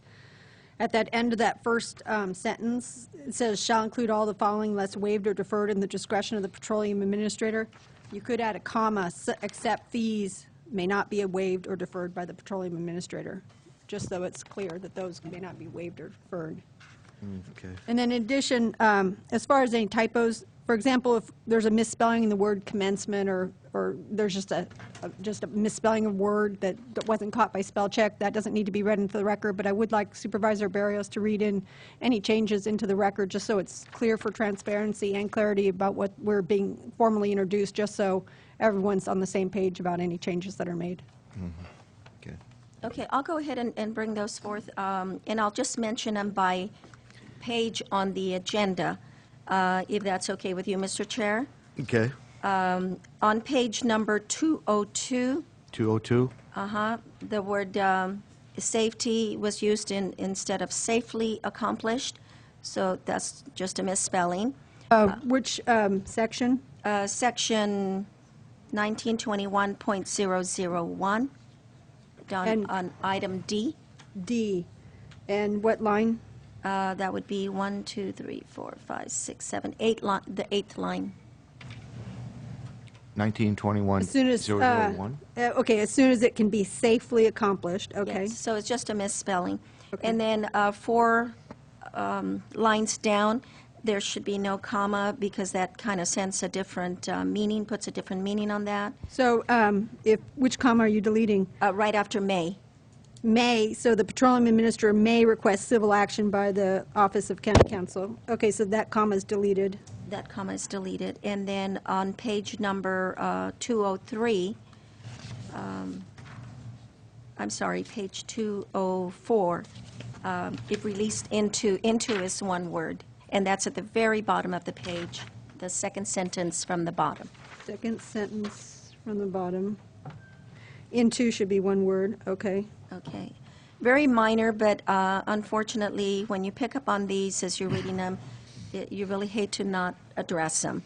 If they're not picked up, it won't bother me, but if I pick them up, it does. So, and then on page 210, that would be on section A, on the fifth sentence up.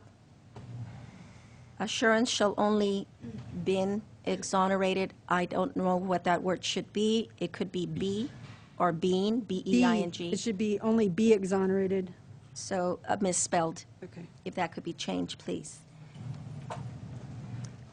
And the planning department is referred to on page number 212 as the Department of Building. Let me go back to it. Referred to as the Department of Building and Planning Services, and I don't think that is our official name. Do we go by that, or San Benito County Building and Planning Department? So if that's correct, then I don't have issue with it. Yes. I think that's. Planning and Building Inspection Services, probably better. Where's that at again? I don't want it to be for anybody to think that this is a different department than what is the county department. Okay, so building and planning inspection services? Seven lines down from the top on 212, Barbara. Yeah. And then throughout the whole thing, What's the change? I'm sorry. Petroleum administrator is capitalized in some areas, not in others. Board of Supervisors is capitalized in others, and on some and not in others, and if that could be consistent one way or the other. Excuse me, Mr. Chair, the correct title should be Department of Planning and Building Inspection Services. And it was capitalization of petroleum administrator Yeah. throughout? And Board of Supervisors as well, since those are titles. And that's it. Thank you, Mr. Chair. And we would recommend, Mr. Chair, that we read the full title of the ordinance for the record, and if a motion is made, to make sure we do the CEQA findings, et cetera, that are on the front of the AIT there, please. Okay, thank you. And we also need to have the board direction about the change that was requested by Supervisor Barrios, whether that's being incorporated or not. Okay. With that, And I can read the title for the record. An ordinance amend, I think we might have done it already. An ordinance amending Chapter 19.21, Oil and Gas Wells of Title 19 of the San Benito County Code. Mr. Chair, Supervisor Munzer. I'd like to make a stab at the motion. I would move that we read the title of the ordinance. I would make the motion that we incorporate the changes that Supervisor Barrios brought out.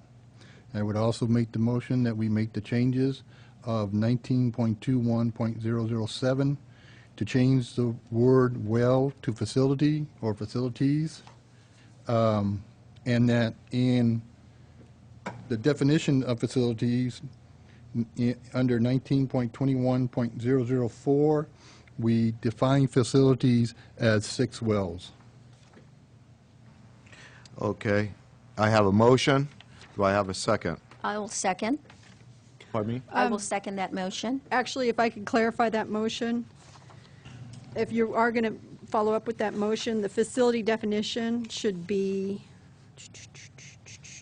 it should still be the definition of facilities to include tanks, compressors, pumps, vessels, and other large equipment.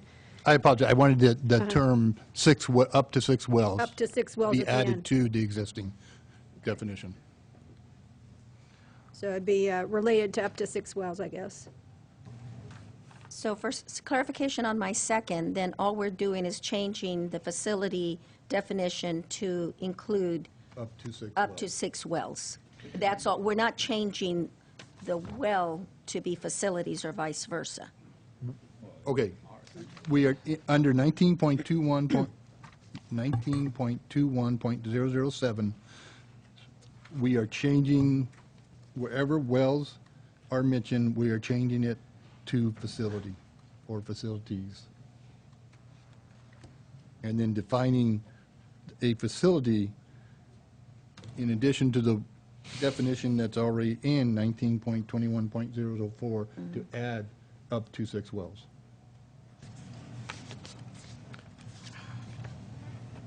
Thank you. Thank you for that clarification. So I understand. So Thank a you, Mr. Chair. facility is 6 wells or less. Correct.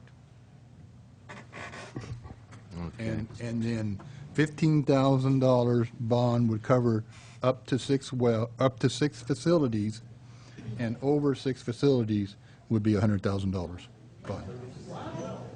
That's great. So it's, you know. Math doesn't work. Okay, so it would be $15,000 for 6 wells.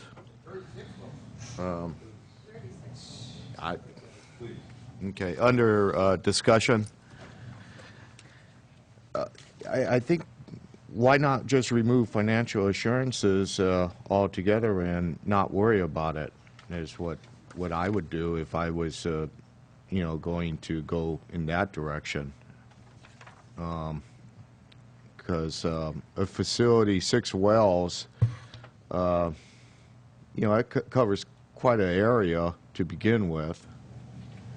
And, you know, for the whole intent of this, you know, ordinance was to, you know, provide the proper level of local oversight and assurances of the environment. And $15,000, you might as well just,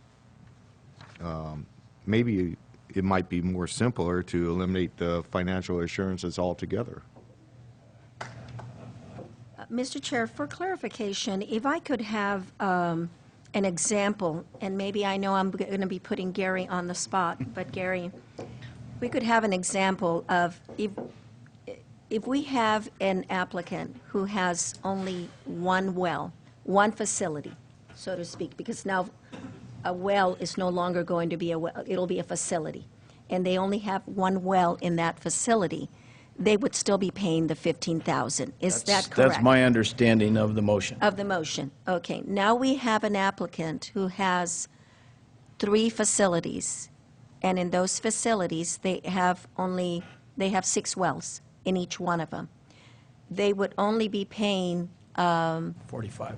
They would only be paying $45,000, or would they be paying $15,000 times 6 for that facility times 3? No, the motion. Perhaps Mr. Supervisor Munzer can clarify his. The motion, the $15,000 per facility for 6 or fewer facilities. So, Mr. Chair? So. Because it just says single location. So they would have up to 36 wells, and the $15,000 bond would. The $15,000 bond would cover up to 36 wells. Under one use permit. This is also tied into the use permit. So if they're doing more than one use permit, or they're coming back and amending their use permit, this all changes. If I understood correctly, a facility may have a various number of wells, and so the bonding is based on facilities, not on the number of wells. Is that correct? Correct. So I'll ask for a better clarification for benefit of Supervisor Barrios. The Planning Commission just approved Citadel that consists of 15 exploratory wells over an area that I'm not familiar with, but that would only be a $15,000 bond. That would be one facility, is the way I understand it. That would be 3 facilities, yeah, right? it'd be 3. 3 facilities, because Under you have the 6 under one facility. So if you have 15, you'd have basically 3 facilities. Or but as Supervisor Barrios was, Munzer was saying, by use permit. Well, but the intent is that we do multiple facilities under the first bond. It's not $15,000 per facility, it's $15,000 up to 6 facilities. Yeah, okay, now I'm way confused, but that even sounds worse.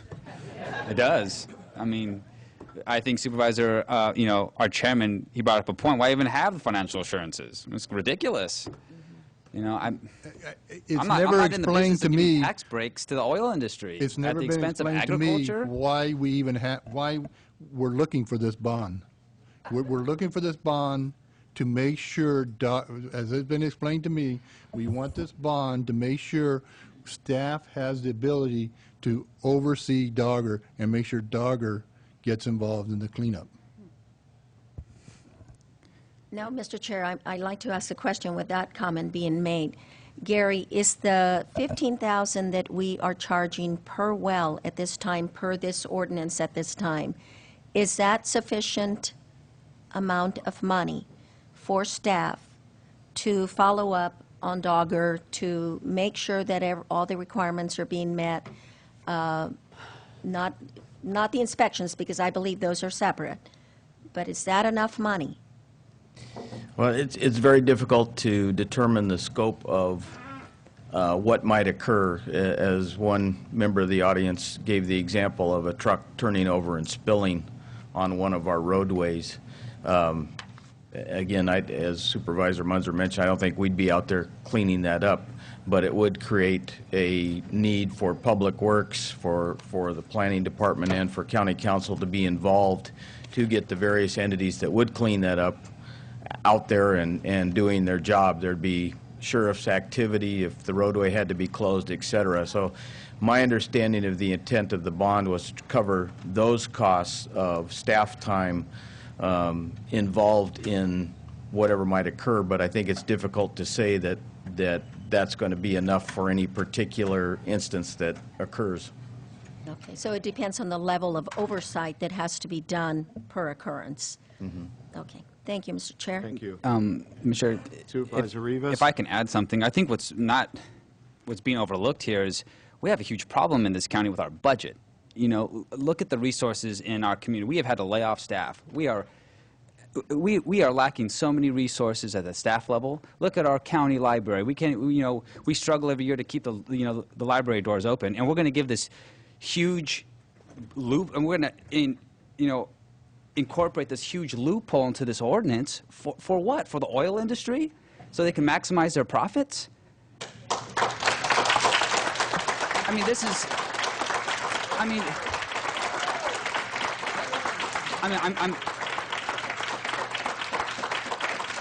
Okay. All right, thank you. I'm sorry, but that's what it amounts to. I mean, we have to think about we have to think about the county first and the resources we have. I mean, now, Supervisor Munzer, do we have the resources if there is an accident, if there is a spill, to cover that spill? Absolutely not. Thank you.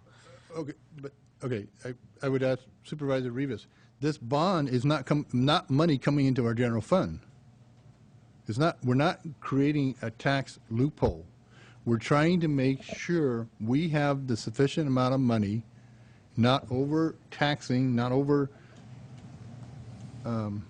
burdensing the oil, so that staff can respond to any issue and make sure the appropriate agencies are involved that would do the cleanup. We're not going to be doing the cleanup.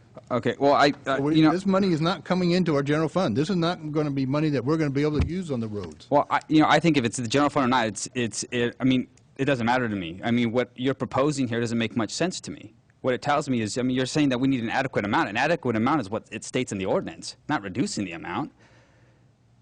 And I'm sorry. I guess I don't get it.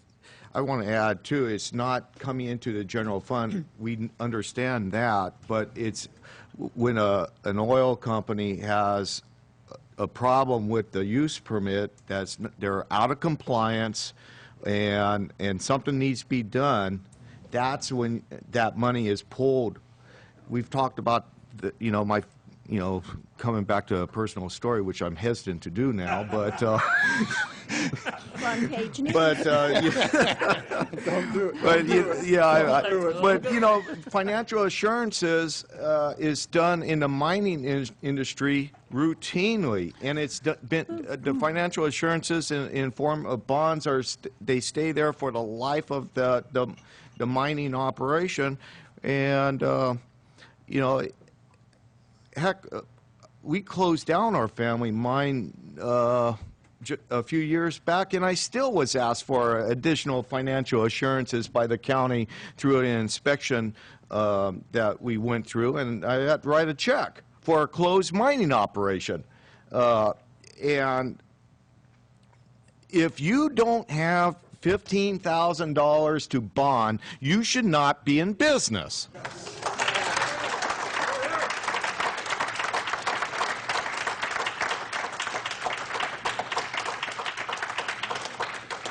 So, Supervisor De La Cruz, you have anything? Nothing, Mr. Chair. Mr. Chair, we have a first and a second. We have a first and second motion on the floor. And can the maker of a motion clarify the motion, please? Just so we know what we're all voting on. Okay. We've read by title.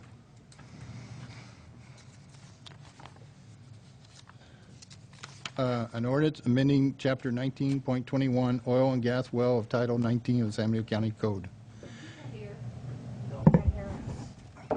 It's on.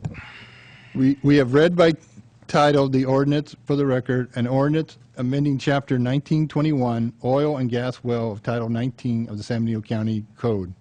We have accepted the amendments, the changes that Supervisor Barrios has asked for, and in addition, the motion changes the word well in 19.21.007 to facility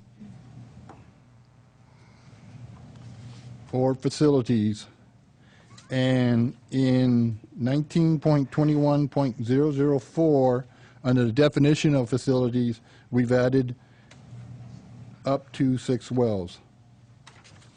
So in 19.21.007, the financial assurance in the amount of $15,000 per facilities for 6 and fewer facilities, and then the applicant may provide a blanket bond in the amount of $100,000 for more than 7 facilities under a specific conditional use permit. Okay, and the second concurs? And the second concurs with just a comment, Mr. Chair, that I am supporting this simply because I feel that we've done every effort to protect our environment, and what I believe Supervisor Munzer is trying to do is make us more self-sufficient as a country by not imposing too many more. Just for the record, I'm just going to, I'm sorry. If I could I just, did not finish because I was interrupted. Not by you, but by the public. And that I feel that this is an effort for him to, or for us, to make us more self-sufficient as a country and to be able to not completely make us unfriendly to people that are interested in drilling in the United States to make us more self-sufficient. Okay, So. thank you. County Council? just so I can read it into the record, so the exact changes that are going to be made to point 19.21.004, just in case that it's passed.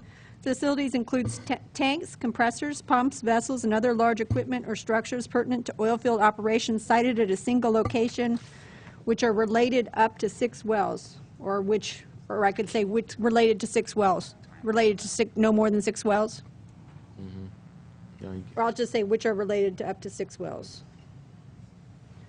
And then, I don't like that definition.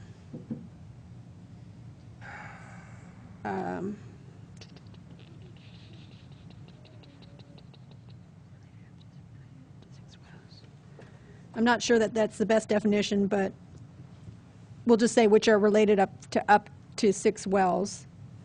And then for the 19.21.007, for A, it'd be any applicant receiving a new conditional use permit involving oil and gas. Can I leave it wells there? Because I don't think we have to change it in the first or 2 sentences. Oil and gas wells are receiving an amendment to modification to an existing use permit relating to oil or gas wells after the effective date of this ordinance shall provide to the county's planning director financial assurances in the amount of $15,000 per facility for 6 or fewer facilities.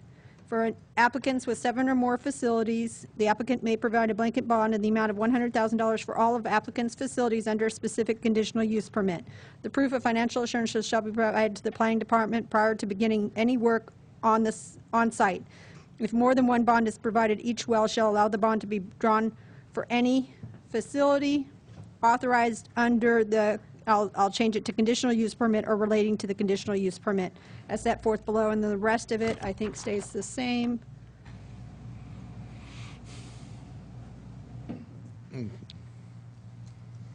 think that's all the changes. And, Barbara, excuse me, just Mr. below that, it states the financial assurance shall remain in effect during the entire time the permit is in force and in effect and until the facility has been properly abandoned.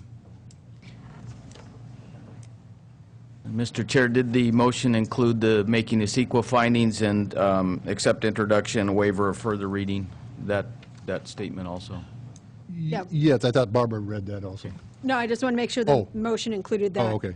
Making the CEQA finding number 1 set forth on attachment A, accept introduction, waive further reading of the ordinance, and continue the item to May 21st, so it's with the amendments that are specified. Okay, yes. Okay. All right. We'll have a roll call vote. County Clerk? Supervisor De La Cruz? Yes. Supervisor Rivas? Absolutely not. Supervisor Barrios? Yes. Supervisor Munzer? Yes. Supervisor Vitello? No. And that's 3-2. Okay, thank you. And we'll move on. No, that's pretty. That's it. Call for break. Pardon me? Call for break. We'll have a 10-minute break.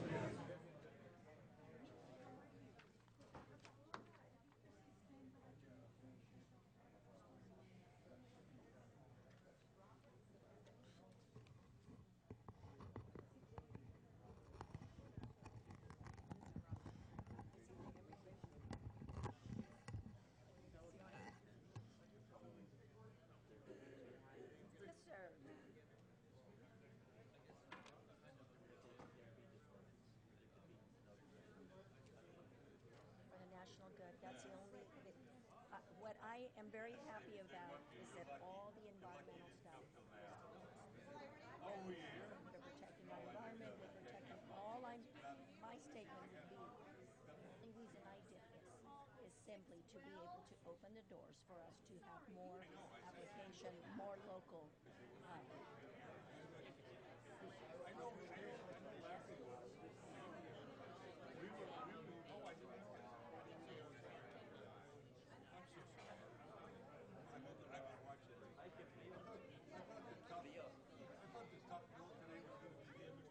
And I agree with you.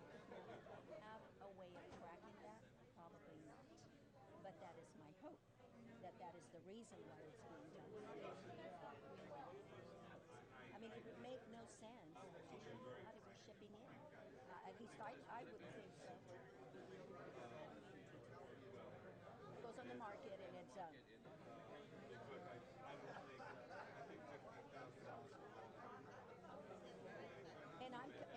and I'm considering it ours. I may be wrong, but what I feel really good about is that all the hard work that was done to protect the environment stays in place. All that stays in place. Nothing goes away.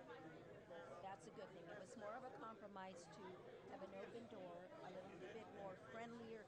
Yes, you can drill in San Benito County. You're going to follow our environmental rules, but we're not going to charge you the same bonding amount that the state is charging you. We're not going to double that. That's really the statement that is happening.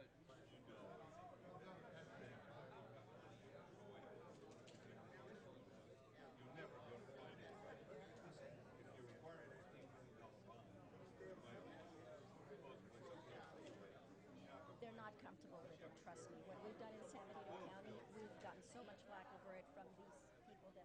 applicants, and we said, no way, we were not going to compromise the environmental part of it. They're not happy with it.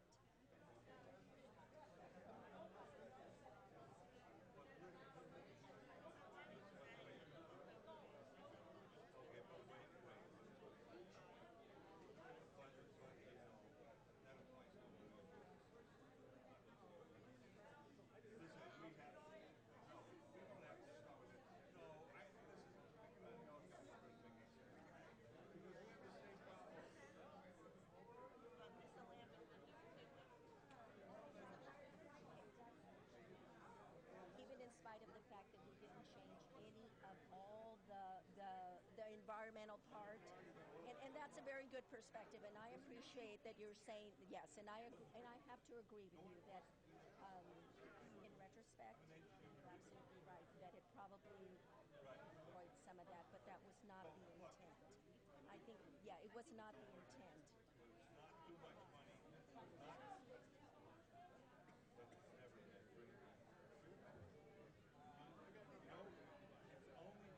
And you make a very good point. But what I'm glad that happened is that we didn't remove any of the remember, the concerns, the reason all this came into play were the environmental concerns, not the cost. Yeah. Those were the things, and That one? well, I kind of felt that you could because of the state. Good job. And see, I did. We're I going to have to separated figure out them, what but that definition is, but one thing I've been wanting to tell you, now because of you, we would not that it wouldn't have happened without you, but it happened better and easier without you. No, it comes next month. This is just another reading. Yes, absolutely. But you make a good point. Yes, ma'am.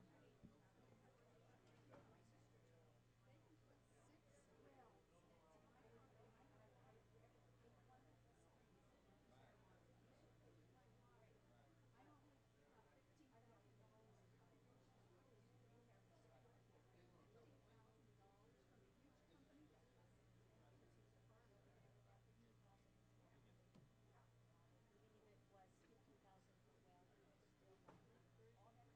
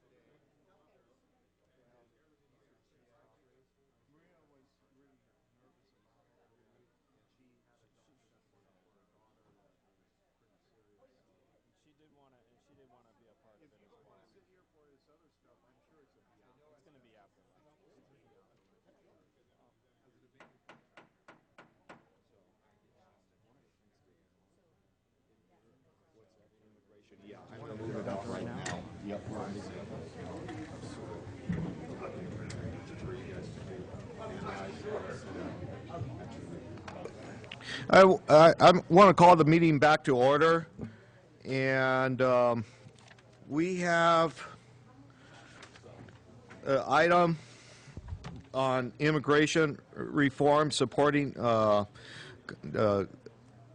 resolution for comprehensive immigration reform that addresses full legalization with a pathway to citizenship and future immigration of families and workers, item number 14, and we're here that right now. I guess I don't know if I should turn it over to CEO Espinoza or Supervisor Rivas. Supervisor Rivas, you brought it forward to the board. Would you like to introduce the item? Sure. Well, I'm on a roll this morning, so I'll keep it going. So I do have some comments, but I think I would like to wait to reserve those comments until after public comment. But the reason this is on our agenda is I contacted our chair, and I requested this resolution be placed on the agenda because I feel very strongly about this issue. And I feel the need to really, for us to follow the example of other local governments, such as Monterey County, who actually approved almost verbatim the resolution that's before our board, and that is it's basically a resolution that calls on our leaders, our national leaders in Congress and the President, to really do something about immigration reform. We hear so much about it. Our former President George W. Bush, he wanted to do something, but unfortunately he lacked the legislative will to get it done. And so all this is really a symbolic resolution to encourage our national leaders, to let them know that we recognize there's an issue with immigration, more so here. Last year there was a study done, and it estimated that here in California there were 62,000 undocumented immigrants that lived here in Monterey and San Bernardino County. And it represented I think it represented 13.5% of the population of undocumented immigrants, which is the largest portion of undocumented immigrants in one area. And so with that, I have additional comments, but I will reserve those comments until the end. But that's a little bit of background on why this is here on the agenda. Thank you, Mr. Chair. Thank you, Supervisor Rivas, for bringing this very important national issue to the county for a resolution. Any other comments from Board of Supervisors before I open it up for public comment? I will reserve my comments for after. Thank you, Mr. Chair. I will too. At this point, I'll open it up for public comment. Do we have any speaker cards? Marty Richmond.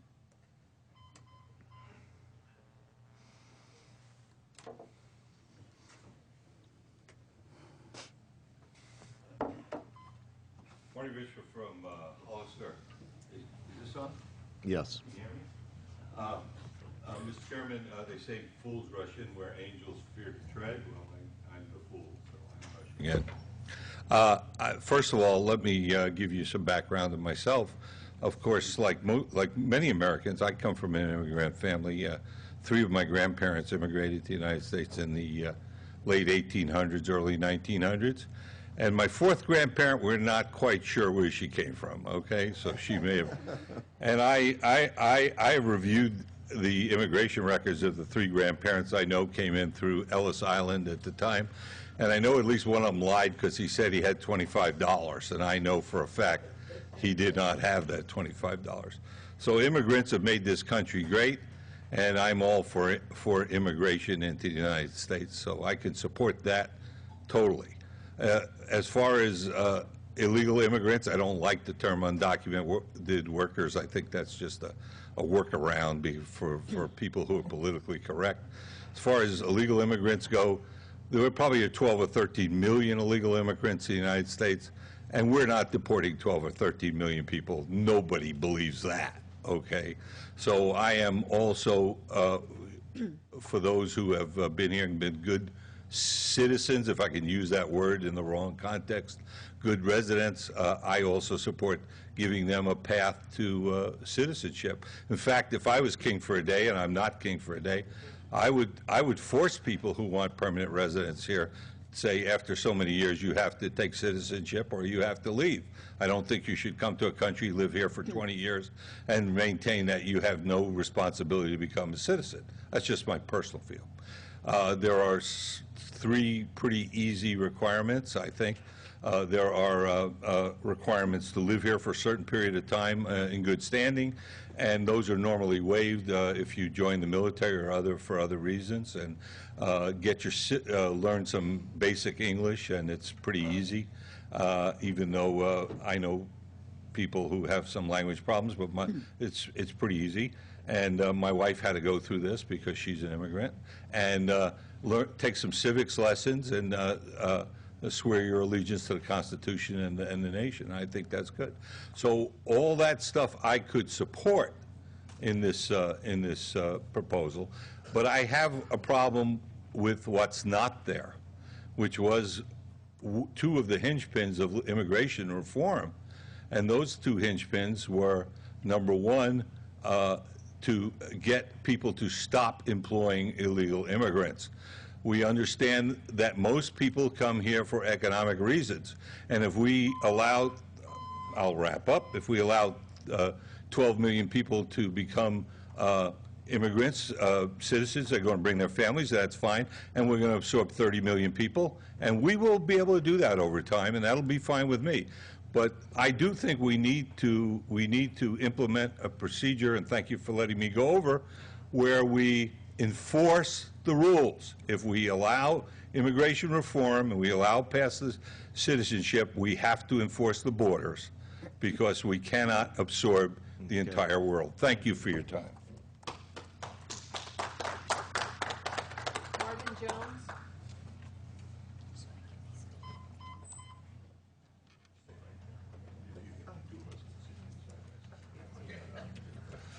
Thank you, Mr. Chairman.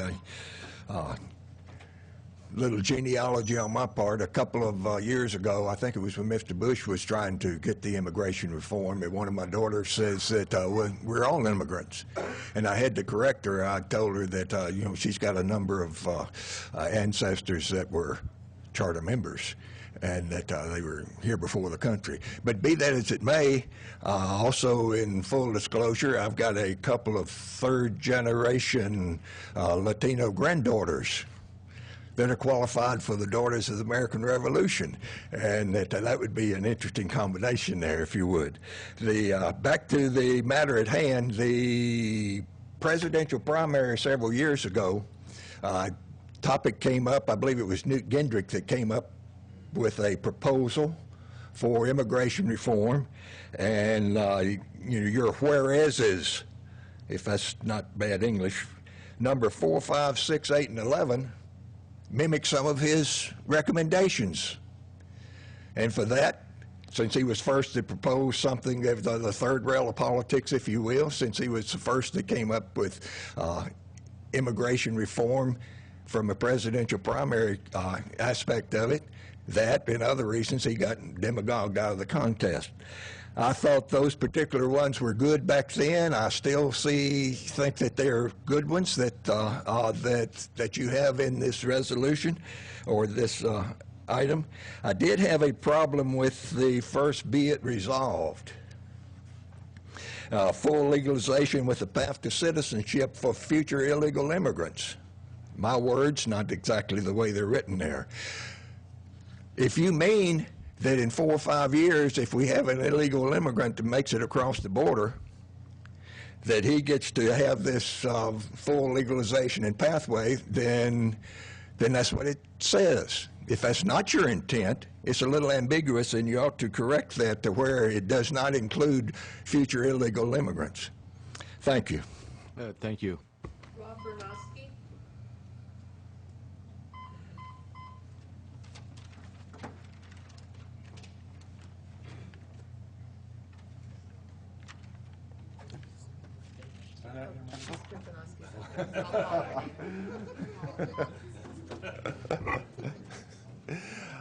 Thank you, Mr. Chair. Thank you, fellow supervisors. I would like to see comprehensive immigration reform that will help right the wrongs that have occurred under past practices of our country in regards to immigrants. such as separated families or the potential for that to happen. I think it is a shame that we as a country and a region truly welcomed illegal immigrants to the United States when it was convenient for us, but now some find it politically unpopular to tolerate those we formerly embraced. But that is not why I elected you. I have a member of the House of Representatives, U.S. senators, and a President of the United States to address these issues to. If you do feel it is necessary to address the national debate on immigration reform, I would think it would suffice to state that San Benito County believes that immigration reform should be addressed, cares about its residents, supports keeping families intact, and needs an adequate labor force, of which immigrants are a key component. Beyond that, please do not do anything else in this matter. I want to quote from an op-ed piece in today's Wall Street Journal written by 2 university presidents where they are explaining why they do not sign any of the hundreds of petitions they are asked to sign to support this cause or that. Here's what they wrote. But we eschew petitions because as researchers and teachers, we know that any important issues deserve more serious thought and discussion that can be captured in a list of demands. I want to give you a story that happened to my wife and I on Sunday. We walked into Starbucks. I saw a young lady sitting at a table with a computer in front of her, and I just noticed her. On her way out, she looked up at me and she said, "Hi, Mr. Bernowski." I didn't recognize her, but then she saw my wife, her former teacher. She stood up and gave a big hug. Anyway, the young lady went on to tell us about how well she was doing at San Luis Obispo and what she was studying, what her dreams were. My wife inquired about her siblings who are now attending the school in which she's a principal. And as we left, my wife said to me, she goes, immigrant family. Now, my wife and I, heavily involved in education, what my wife was saying is, here's one of her successes. We have a pathway to college education for everybody in this country, even the Latino immigrants whose families do not speak English. I see this every single year at Spring Grove schools and other schools' graduations. This is the expertise of people that are not in this room right now. The best thing that you guys can do, the supervisors could do in this chambers is focus on what these kids need now. And that is, they need you to figure out a way to have enough policemen, so when my wife calls and she needs help at the school with people flashing gang signs and things like that, that they are there. Or when she needs a medical response team at her school, we need adequate fire protection. This is not in your purview, although it's honorable. Please don't spend any time on this. It's just not in your jurisdiction. Thank you. Thank you. Veronica Diaz?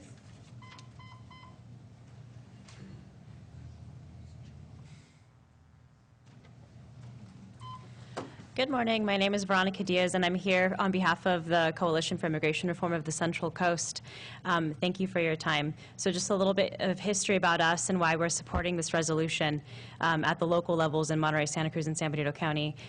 We started when Mi Familia Vota, which is a Latino civic participation group, approached the Monterey Bay Central Labor Council and encouraged local leaders, be they union members, teachers, students, nonprofits, doctors, and lawyers to come together and take on local actions such as this resolution, because we feel that even though it's nothing too radical, it's not asking for a moratorium on deportation, it's not asking for a change in policy or how each county conducts their business or how they approach the immigration question.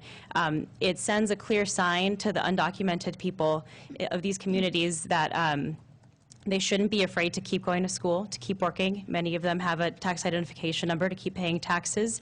And unfortunately, too many of them aren't aware, surprisingly, and I know this because I work with many of them in the Tri-County area, that there's even a national debate on immigration reform happening. So I feel that it's the role of these local resolutions, while not to, shake the boat too hard, is to bring awareness to these debates and make them aware that this is happening and that it is for their benefit. And I'm available for questions on this resolution or the coalition. Thank you very much. Thank you very much.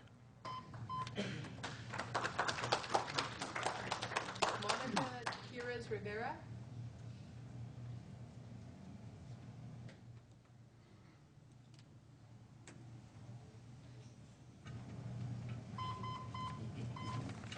Hi, thank you very much for the opportunity to speak to you. Supervisor Rivas, I'd especially like to thank you for having the courage to come to bring this forward. I'd like to tell you a little story. April 1914, an 18-month-old toddler came here to the United States with his parents, my grandparents. My dad didn't have any say in coming here or not coming here. I've never thought of him being illegal, because as far as I'm concerned, no human being is illegal. No human being is illegal. The worst thing my dad ever did was to get an 8th grade education, marry my mom, have 4 kids, start a business, pay taxes, and just be a contributing member of his community. He worked with the school that I went to and my brothers went to. He helped people. That's the worst thing he ever did. My grandparents came here from Mexico because in 1914 there was chaos in Mexico. All they wanted to do was to have a better life for their family. My dad was the only one born in Mexico. The rest of my aunts and uncles were born here in the United States. So, why do I support you folks passing this? Because you see, it's very personal to me. My grandparents had the courage to leave their native country, come and develop a life here. I'm asking you to look down deep into your hearts, remember who you are, and have the courage to adopt this resolution. Thank you. Thank you. Natasha Wist.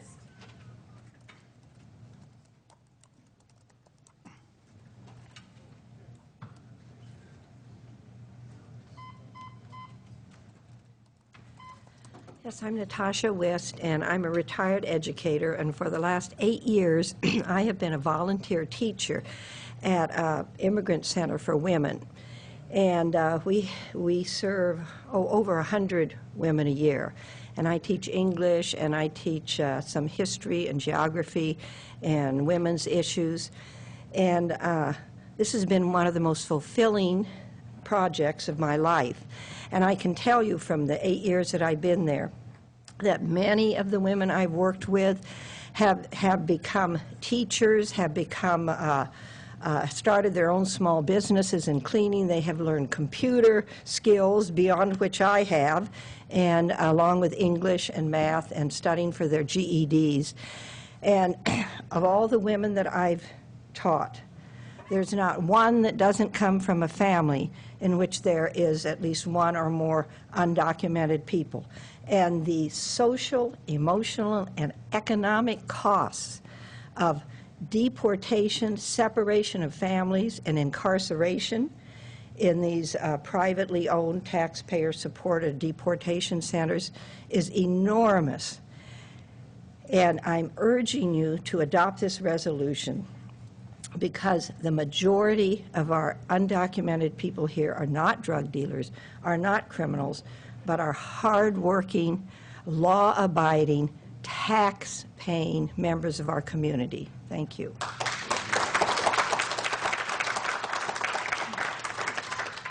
Samuel Ramos.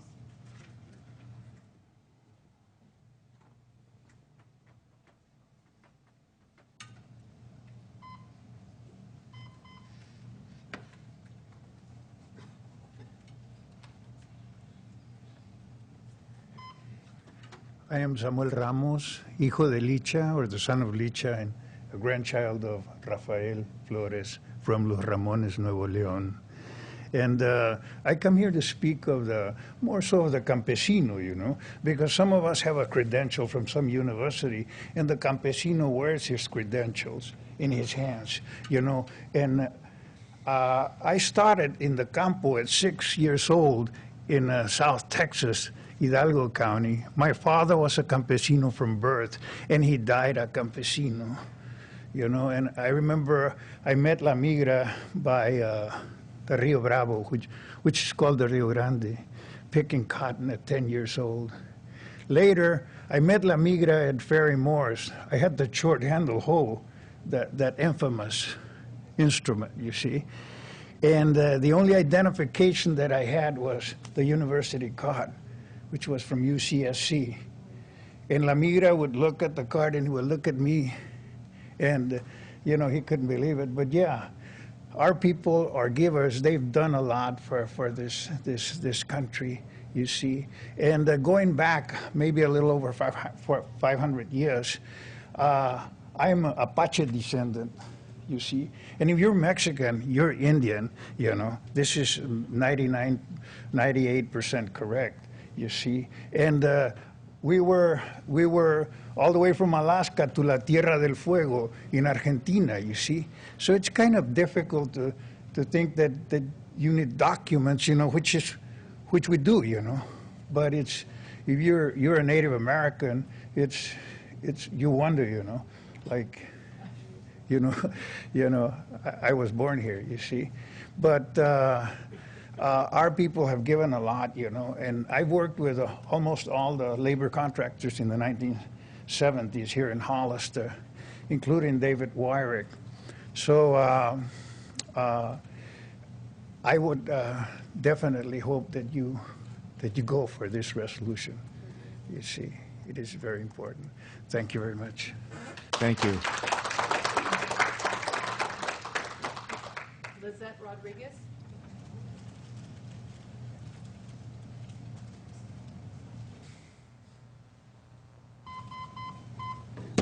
Good morning. My name is Lizette Rodriguez, and I'm here representing CIMA, which is a Community Information Center for Migrant Assistance, as well as the Si Se Puede Learning Center from the Cesar Chavez Foundation. So I'm here to urge you to adopt this resolution, one, because I believe that supporting this comprehensive immigration reform, it's a way to give humans the humans' rights, which is dignity, respect, and equality. Because at the end, these people are our neighbors, and they help strengthen our community as well as our economy. They deserve an opportunity to be integrated in our society legally, like all of us did. Because if we go back into history, we all migrate to this country. So let's participate in making a change. Thank you. Thank you. Francisco Maravilla.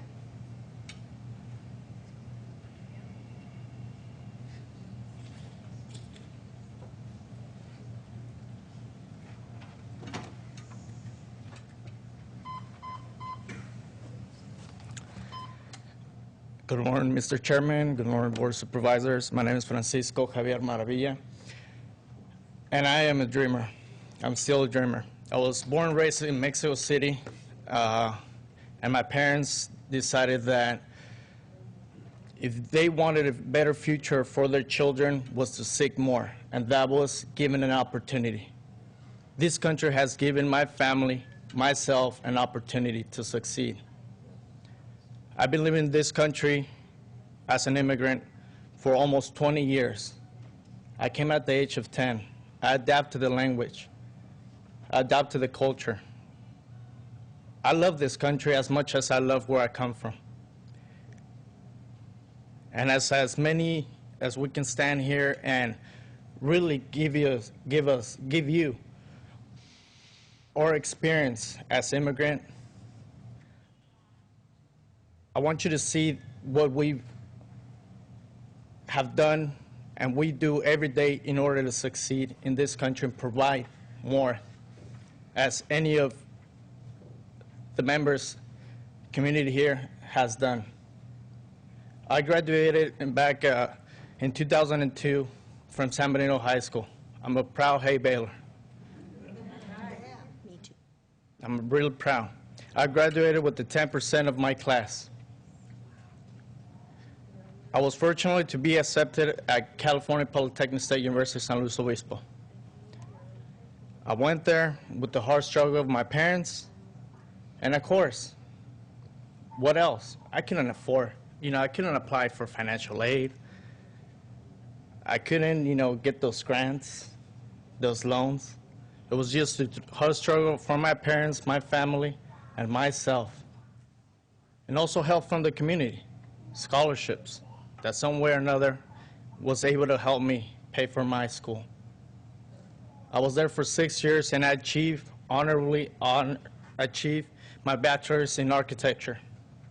I'm an architecture designer.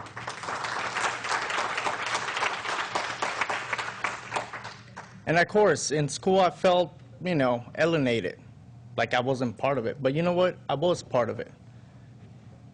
And I felt really proud of what I was doing because I had colleagues from different parts of the world.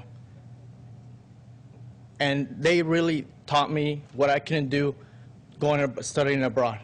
And I learned it through them, through their experiences, and through my own.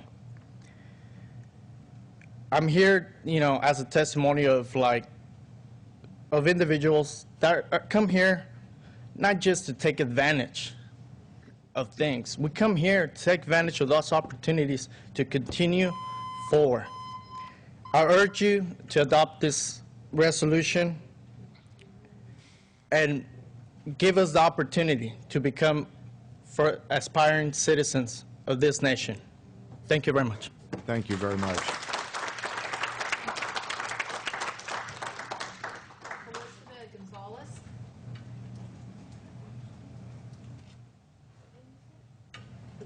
Gonzalez.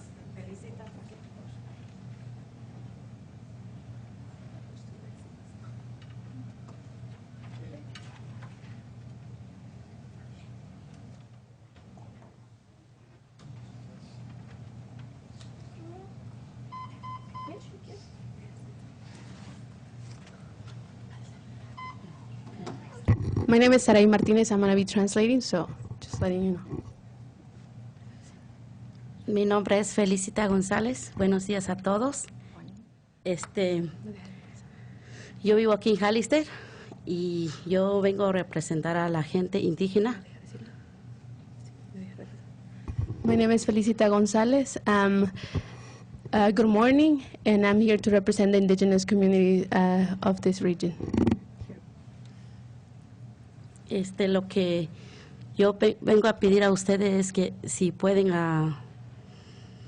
hacer una resolución de reforma inmigratoria y apoyar, por favor, y también si pueden tratar mejor a la gente indígena en el trabajo, en el campo, por favor. Es todo y gracias.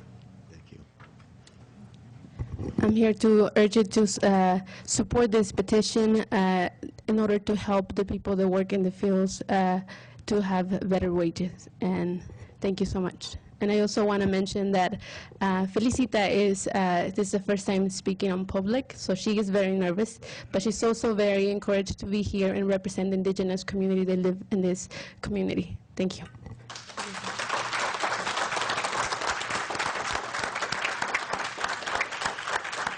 Did just fine, and we hope she comes back real soon to speak for the second time in public. Thank you.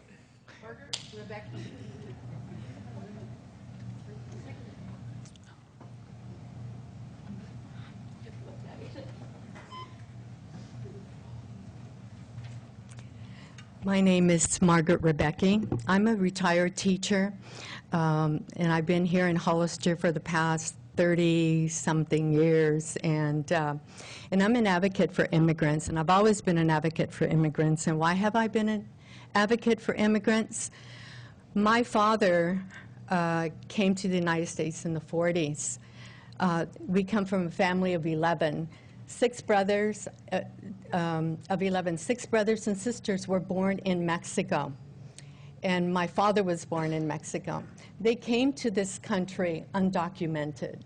My mother was born in the United States, and 5 of us were born here, and I was one of the first. My father and my 6 brothers and sisters were deported, and it was very difficult for my mother and the children.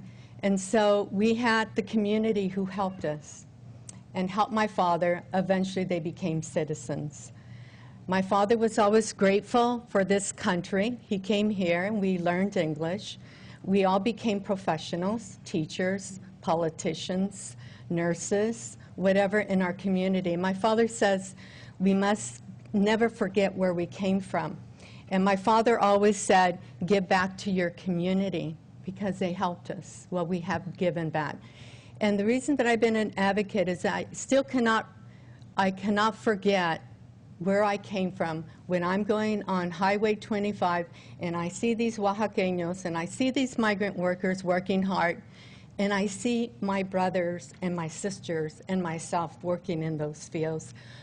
When I hear families being deported, yes, I know what that feels like, families being separated. We started a program 20 years ago, citizenship program here in Hollister, which the Board of Supervisors supported. And the reason that I did this is because a lot of immigrants do not know the process of how to become citizens. So we gave them the information. We brought organizations here in Hollister. Well, people became citizens, and we had a swearing-in ceremony. The first one here in Hollister, and I don't know if some of you remember, it was in the newspaper all over. These people became so proud to become American citizens. You see them have tears in their eyes when they become citizens. And not only did we stop for them to become citizens, we register them to vote. This is the way I felt we need to empower the people to have a voice. And once they registered to vote, they went out and voted. Now I see these people that vote every time, and they're proud being Americans. So when people say this is a federal issue, to me, it's not a federal issue. It is a human rights issue, a social justice issue. Because when we still see these immigrants still suffering, that is why I'm still an advocate for immigration. Please, if you could summarize and wrap up. So I urge all of you, please, Thank you. support this resolution for immigration reform. Thank you.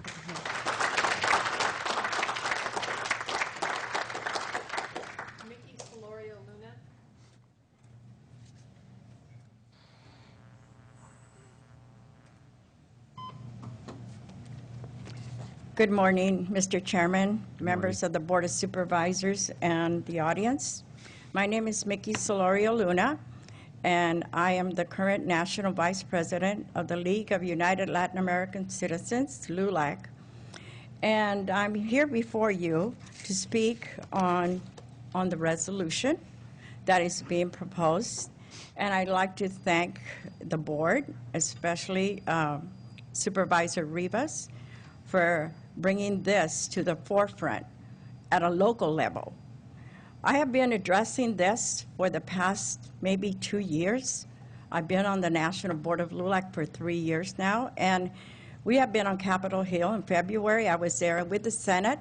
We had a lot of people with us in regards to immigration reform. And while people can come up to the podium and say that there's some things in the immigration reform that they don't like and we shouldn't pass, well, you know what? I believe that some people don't really know what is on that reform. The Latino community is united in wanting to fix the nation's broken immigration policies.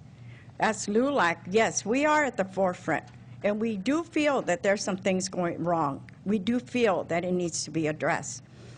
Without a doubt, immigration is a galvanizing issue for the nation's Latinos, whom 75% of the Latino population in the United States are citizens.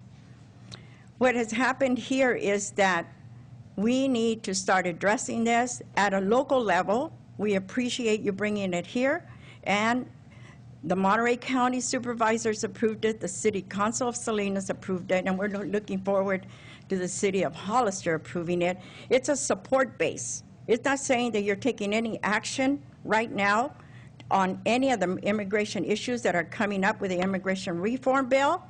It is a support base from San Benito County to the President of the United States saying we need immigration reform. And yes, we do.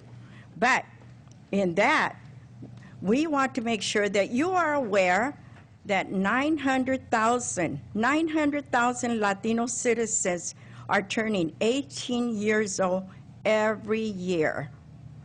And between now and the 2028, you will see the difference that these young people are born here, are citizens, and are voting members of our community. And Hollister and San Benito County is no different, because personally, with the LULAC organization and the programs that we have provided, we know that we have the numbers locally, and it got proven last November.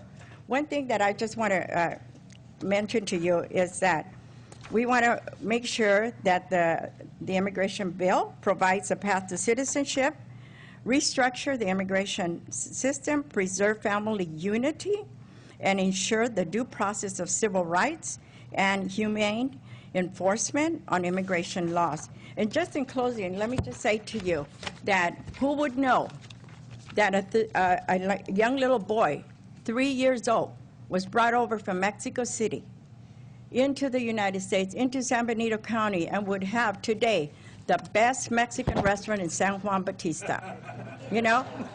And who would know that another young little boy brought into San Benito County and lived on the west side, couldn't even afford a jacket to UC Berkeley, and his mother bought it for him at a garage sale, went to Berkeley, went to Stanford, and today, that young man is Superior Court Judge of Los Angeles and is from San Benito County.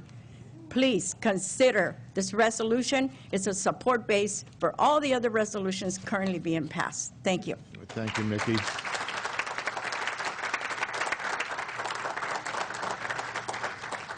Alfred Valenzuela.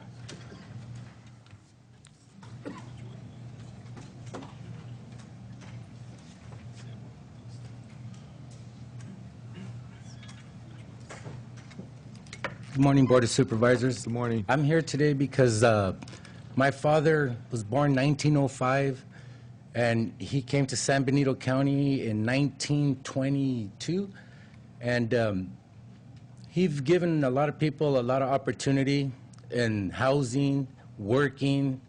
He employed over 2,500 people at one time. He became, I say, the first labor contractor that was Hispanic back in those days. 50s, 60s, 70s. It was unheard of back then to be a labor contractor and be Hispanic. Well, my dad gave a lot of opportunity, like people like Ben Parks for the 49ers. He gave opportunity to a lot of people like Jaime de la Cruz. He lived there at our ranch on 1500 Nash Road, and a lot of people got an opportunity. And without that chance my father had, he impacted a lot of people in this county, a lot of people. Even you, Mr. Botello. He worked over there at Fairmore Seed Company, like Mr. Ramos said. And my dad was there for 63 years. And yeah, take a look at this reform and make it pass. Yeah. Thank you. Hope you didn't hurt your leg watching the Warriors last night. Yeah, go Warriors. Yeah. Did you watch that game? The end of it. Me too. I was studying it. Good morning, and thank you for the opportunity to speak. My name is Katrina Valdez, and like Mr. Ramos said, I am indigenous to this country. I am a descendant of the Yaqui Nation, which sits on both sides of the border when the border came and slapped down its line. I'm really here on behalf of the youth and how this reform affects our youth here in our community. I am involved in a youth-based organization, and I see a lot of families that are affected socio and emotionally by the separation of families when you have some that are born here and some that are not. I think we have a very big opportunity as a community to stand up and support this reformation so that we as a community can become stronger to create more leaders in this community, to provide more opportunity for people to give back to this community. This is a major agricultural business that we have here in Hollister. A lot of those campesinos work very hard, are very prideful in the work that they do. It's a lot of work that not a lot of people are willing to do. When I talk about the youth, I have worked with so many generations from elementary school to first generation college students at Gavilan College. And it's very important that we invest in our community. Even though this is a larger scale initiative, it's very important that we think about the future. And you know, in part of, if you look at agribusiness, you know, you plant a seed. You may not see the fruits of that labor. You may not be able to pick the fruit and enjoy it, but we do need to invest in the youth in this community. We do need to help them go out and succeed, like Mr. Maravilla has said. This is somebody that we can be proud of, that we can support and create more success in this community so that we can become a thriving community, so that we can thrive with stars and superstars of our own from here. It is very, very important that we stand up together as a community and support all of those who contribute, just like the way you guys do. A lot of you have come in contact and have used services and have friends that are Mexican-American who are immigrants. We all are immigrants. And that's the beautiful thing about this country. It's very important that we think about the youth and how that affects them.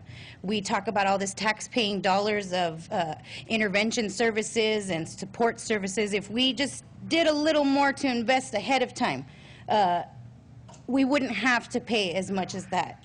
When you think about how many students are not thriving because they don't have their parents. I just want to say that, and I want to say, you know, the United Nations says that mankind owes the very best to every child. And I believe that, and I believe we need to keep families together. Thank you.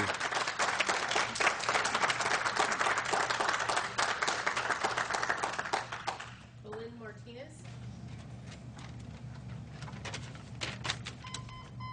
Hello, my name is Belén Martinez, and I am a resident of Hollister. I've been living here for 44 years. I want people to live here with dignity, respect, and to have the peace in mind, knowing that they are safe here in Hollister and the rest of the United States. This is why I support immigration reform. There are too many people living in the shadows, contributing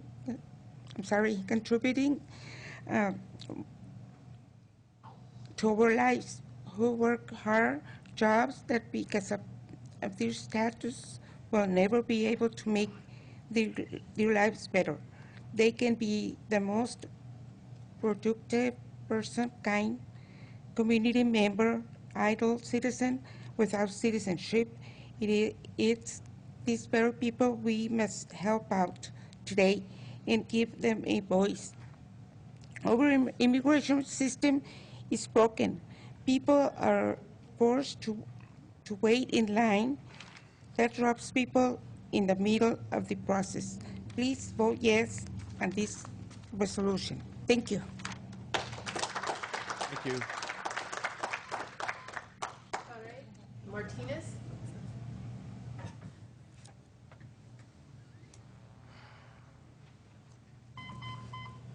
Good morning, everyone. My name is Saraid Martinez. I work with Teamsters Union Local 890, and I'm an organizer.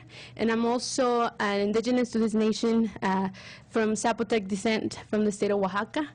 And I'm proud to say I'm an immigrant from farm worker family that, because of an immigration reform, was able to make it to this side of the border that was created, not by us.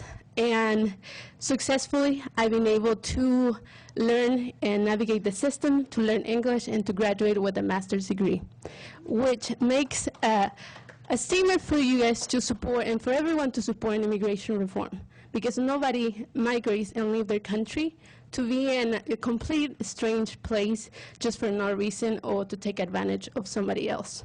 We're here because we want to succeed and we want to contribute not only to this country, but to the world, to make it a better place for everyone. And as indigenous communities, we really support our environment and the people. And I'm here just to urge everyone to make a statement and to make this resolution like we were saying, it's just a support system. It's not asking for anything major. It's actually, I will say, very weak in terms of what we're asking, and as being a place that is supported in the economy, supported by immigrants and by my brothers and sisters, indigenous communities, we need to be able to support this and to sign it. So I'm urging everyone to please make a statement and help our community to have better rights. Again, this is not a Democrat, a Republican, conservative, any other party issue. This is a human rights issue. This is a justice issue. So please urge you to sign it and to support the immigrant community of this part. Thank you. Thank you. We don't have any further speaker cards. Is there anyone else who would like to address the board? Come on up.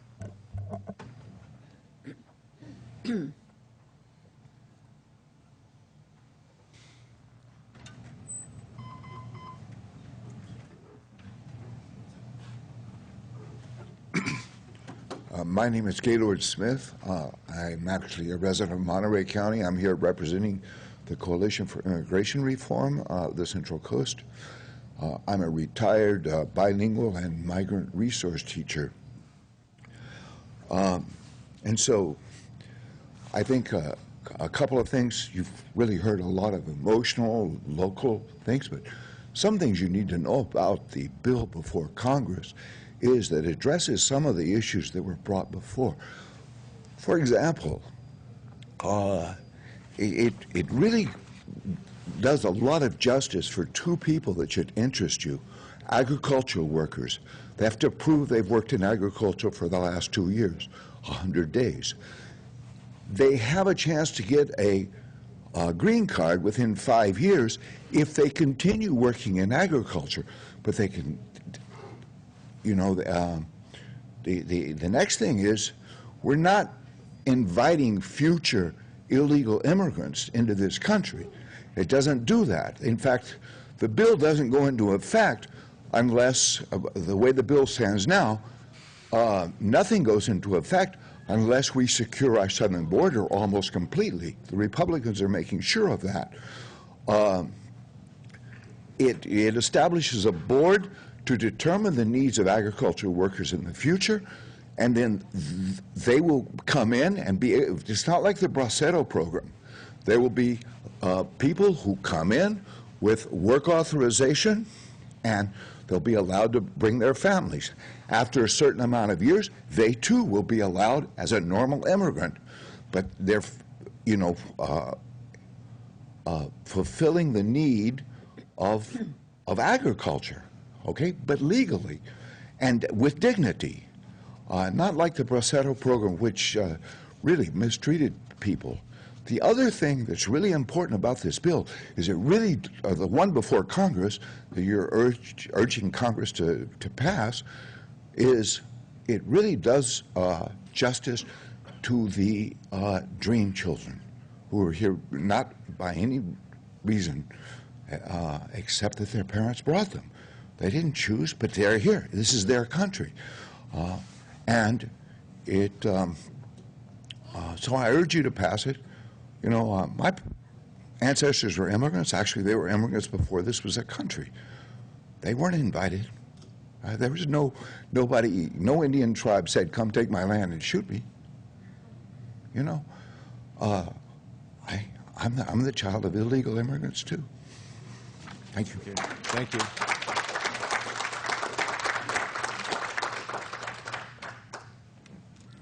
Hi, my name is Carolyn Israel. I come here from Santa Cruz County. I'm a Californian by birth.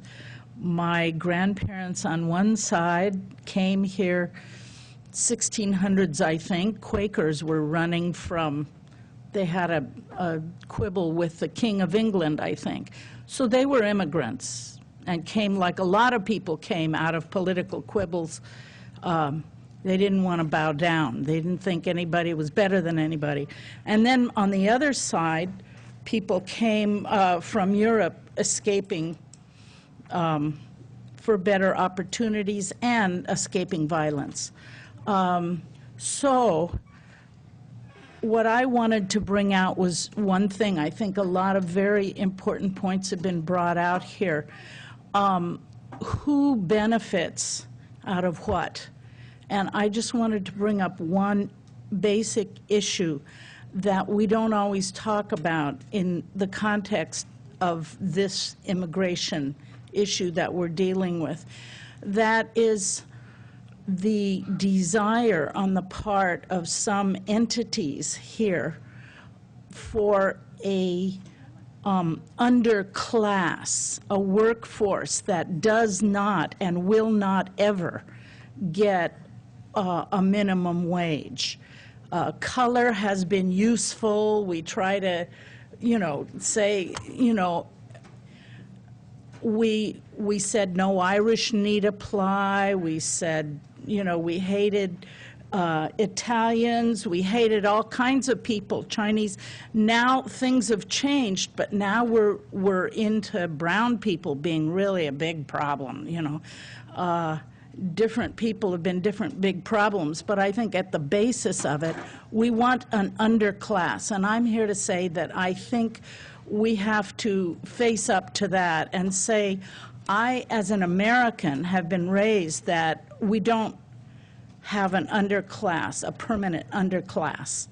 We should all have a right to work for a minimum wage and to work our way up fairly. Thank you.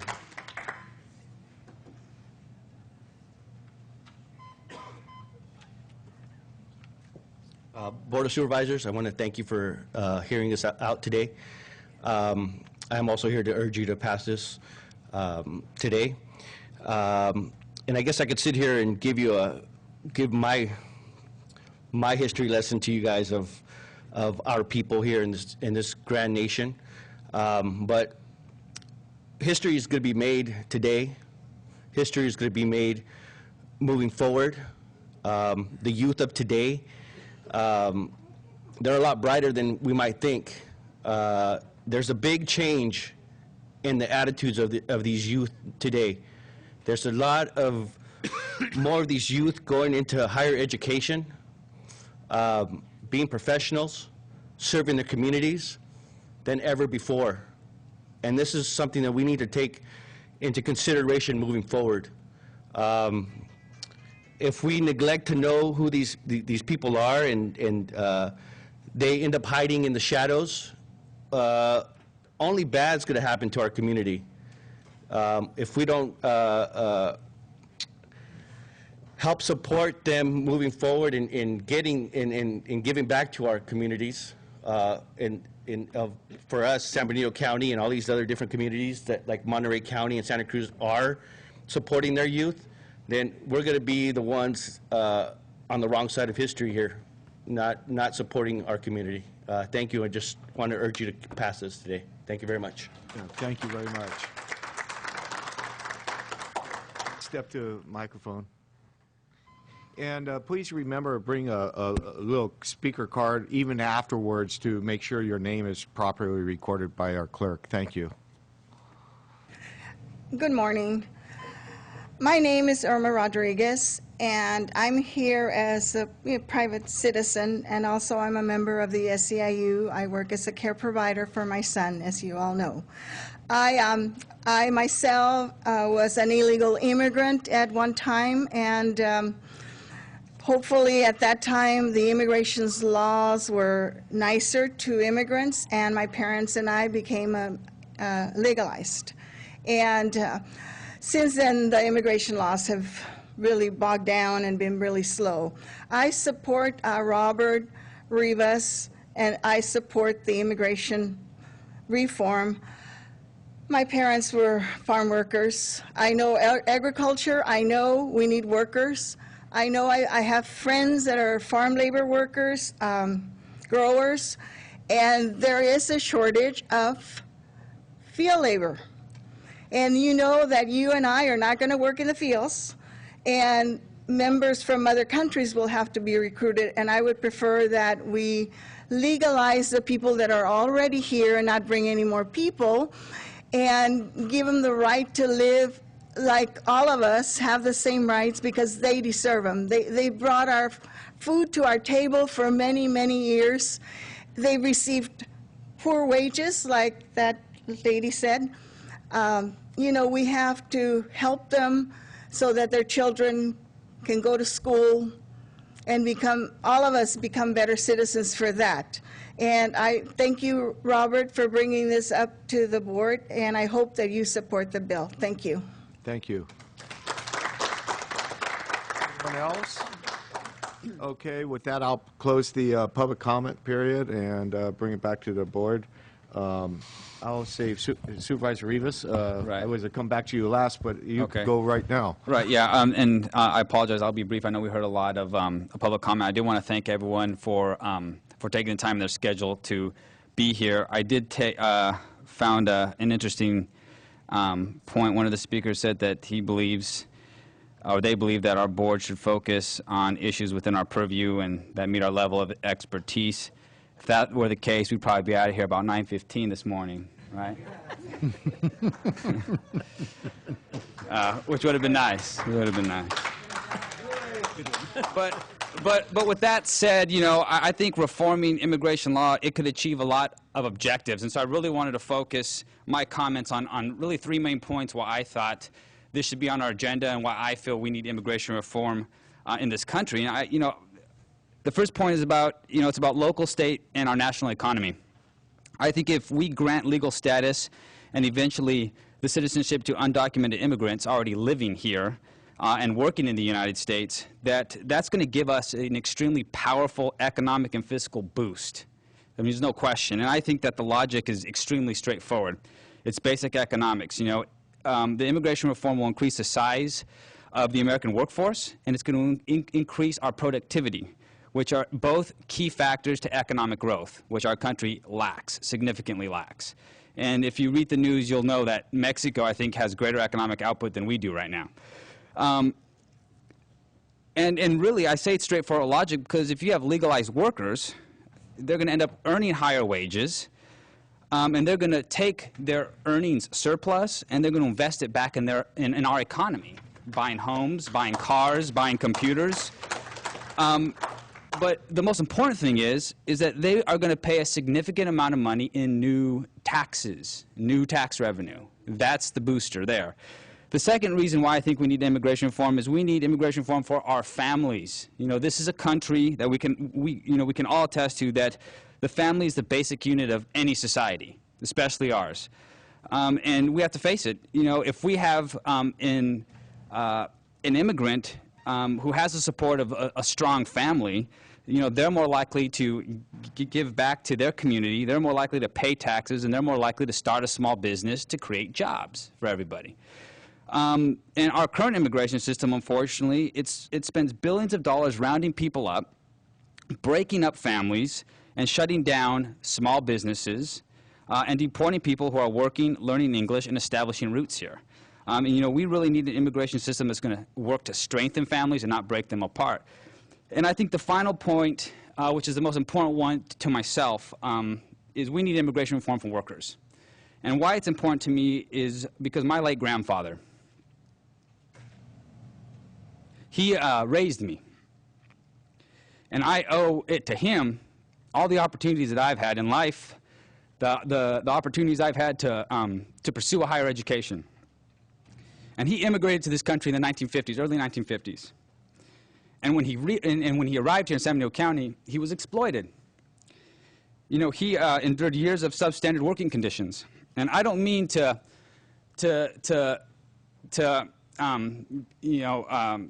use the 1950s and say, hey, you know, the conditions haven't improved, because they have. You know, we have workers here that where, you know, they don't have substandard working conditions, but they're still exploited. It's called the wage exploitation. And workers now are extremely, they're vulnerable to employers who seek an unfair advantage over their competitors by not paying workers the minimum wage or by ignoring labor rights that are protected by law. So with that said, we need immigration policies that are going to reject the us versus them mentality. And we need to advocate and support integration and connection between all Americans, including aspiring Americans. So with that, I thank this board. I thank all of you for taking the time. Thank you, Mr. Chair. You're very welcome. Any other comments from the board? Mr. Chair. Supervisor De La Cruz. Thank you. And I appreciate Supervisor Rivas from a elegant statement and hard-hearted statement. I'll give you my experience from a personal experience. I, too, was one of those families that we came here, and yes, we did lived at Quintero Camp Valenzuela for a while, and we were 18 of us that lived in a small room, but we decided, my parents, and I appreciate my parents, they guided us to ensure that we went on to school and we got an education, and at the same time, we saw a lot of our friends being picked up too, and there's no doubt about it. We experienced that movement, and times are better today. Yes, I do agree. It's just that with a little bit more effort, we can all work together to ensure that we have beautiful America, which this is one country I'm very proud of. Thank you, Mr. Chair. Thank you. Any other comments? Supervisor Barros? Just a couple statements, Mr. Chair. It's I would just want to thank Supervisor Rivas for bringing this forward, but also to say that it's our responsibility, I believe, to take on state and federal issues. If we do not as elected officials, we're not doing our job.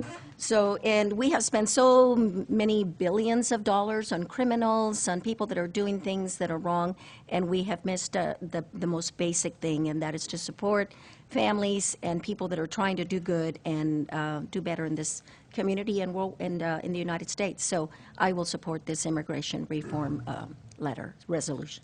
Okay, thank you. Thank you, Mr. Chair. I, too, want to thank Supervisor Rivas for bringing this before us. In one of the whereases, it talks about the broken immigration system. I think Washington's broken. And that is why these kind of resolutions have to come before us. And if it comes before enough county boards, enough city councils, and we will send a message to Washington to get off their rear and get something done. So I truly support this. Thank you. Yeah, typically, the San Bernardino County Board of Supervisors really does not historically take up issues such as this that's a national importance. But when Supervisor Rivas suggested that we place this on our agenda, I felt that it's very, very appropriate. Like all Americans, we have been waiting for our federal government to do immigration reform for what seems like decades, for years and years, and sometimes the pressure it has to rise from the bottom up, and that's what this is all about. And I want to thank everybody that took the time today to come to our board meeting and express their solidarity in immigration reform. And myself being involved in agriculture, I grew up with a lot of people that, maybe the documentation wasn't quite right, but they work hard. They're our friends, they're our family, and it's time to recognize them as equals in our society. And so I'm very much in favor of this being done and getting done this year with this Congress. And the only way it does happen is through pressure from you folks and local government, all urging our representatives to move forward. And with that, I'll entertain a motion for the board to adopt this resolution. Mr. Chair, I'll move that we adopt resolution number 2013-33, supporting comprehensive immigration reform that addresses full legalization with a path to the citizenship and future immigration of families and workers. Second. All those in favor say aye. Aye. Opposed? Hearing none. Thank you very much. And we'll break for lunch, and we'll reconvene at 1 o'clock, please. 1 o'clock, Mr. Chair? Yeah, 1 o'clock.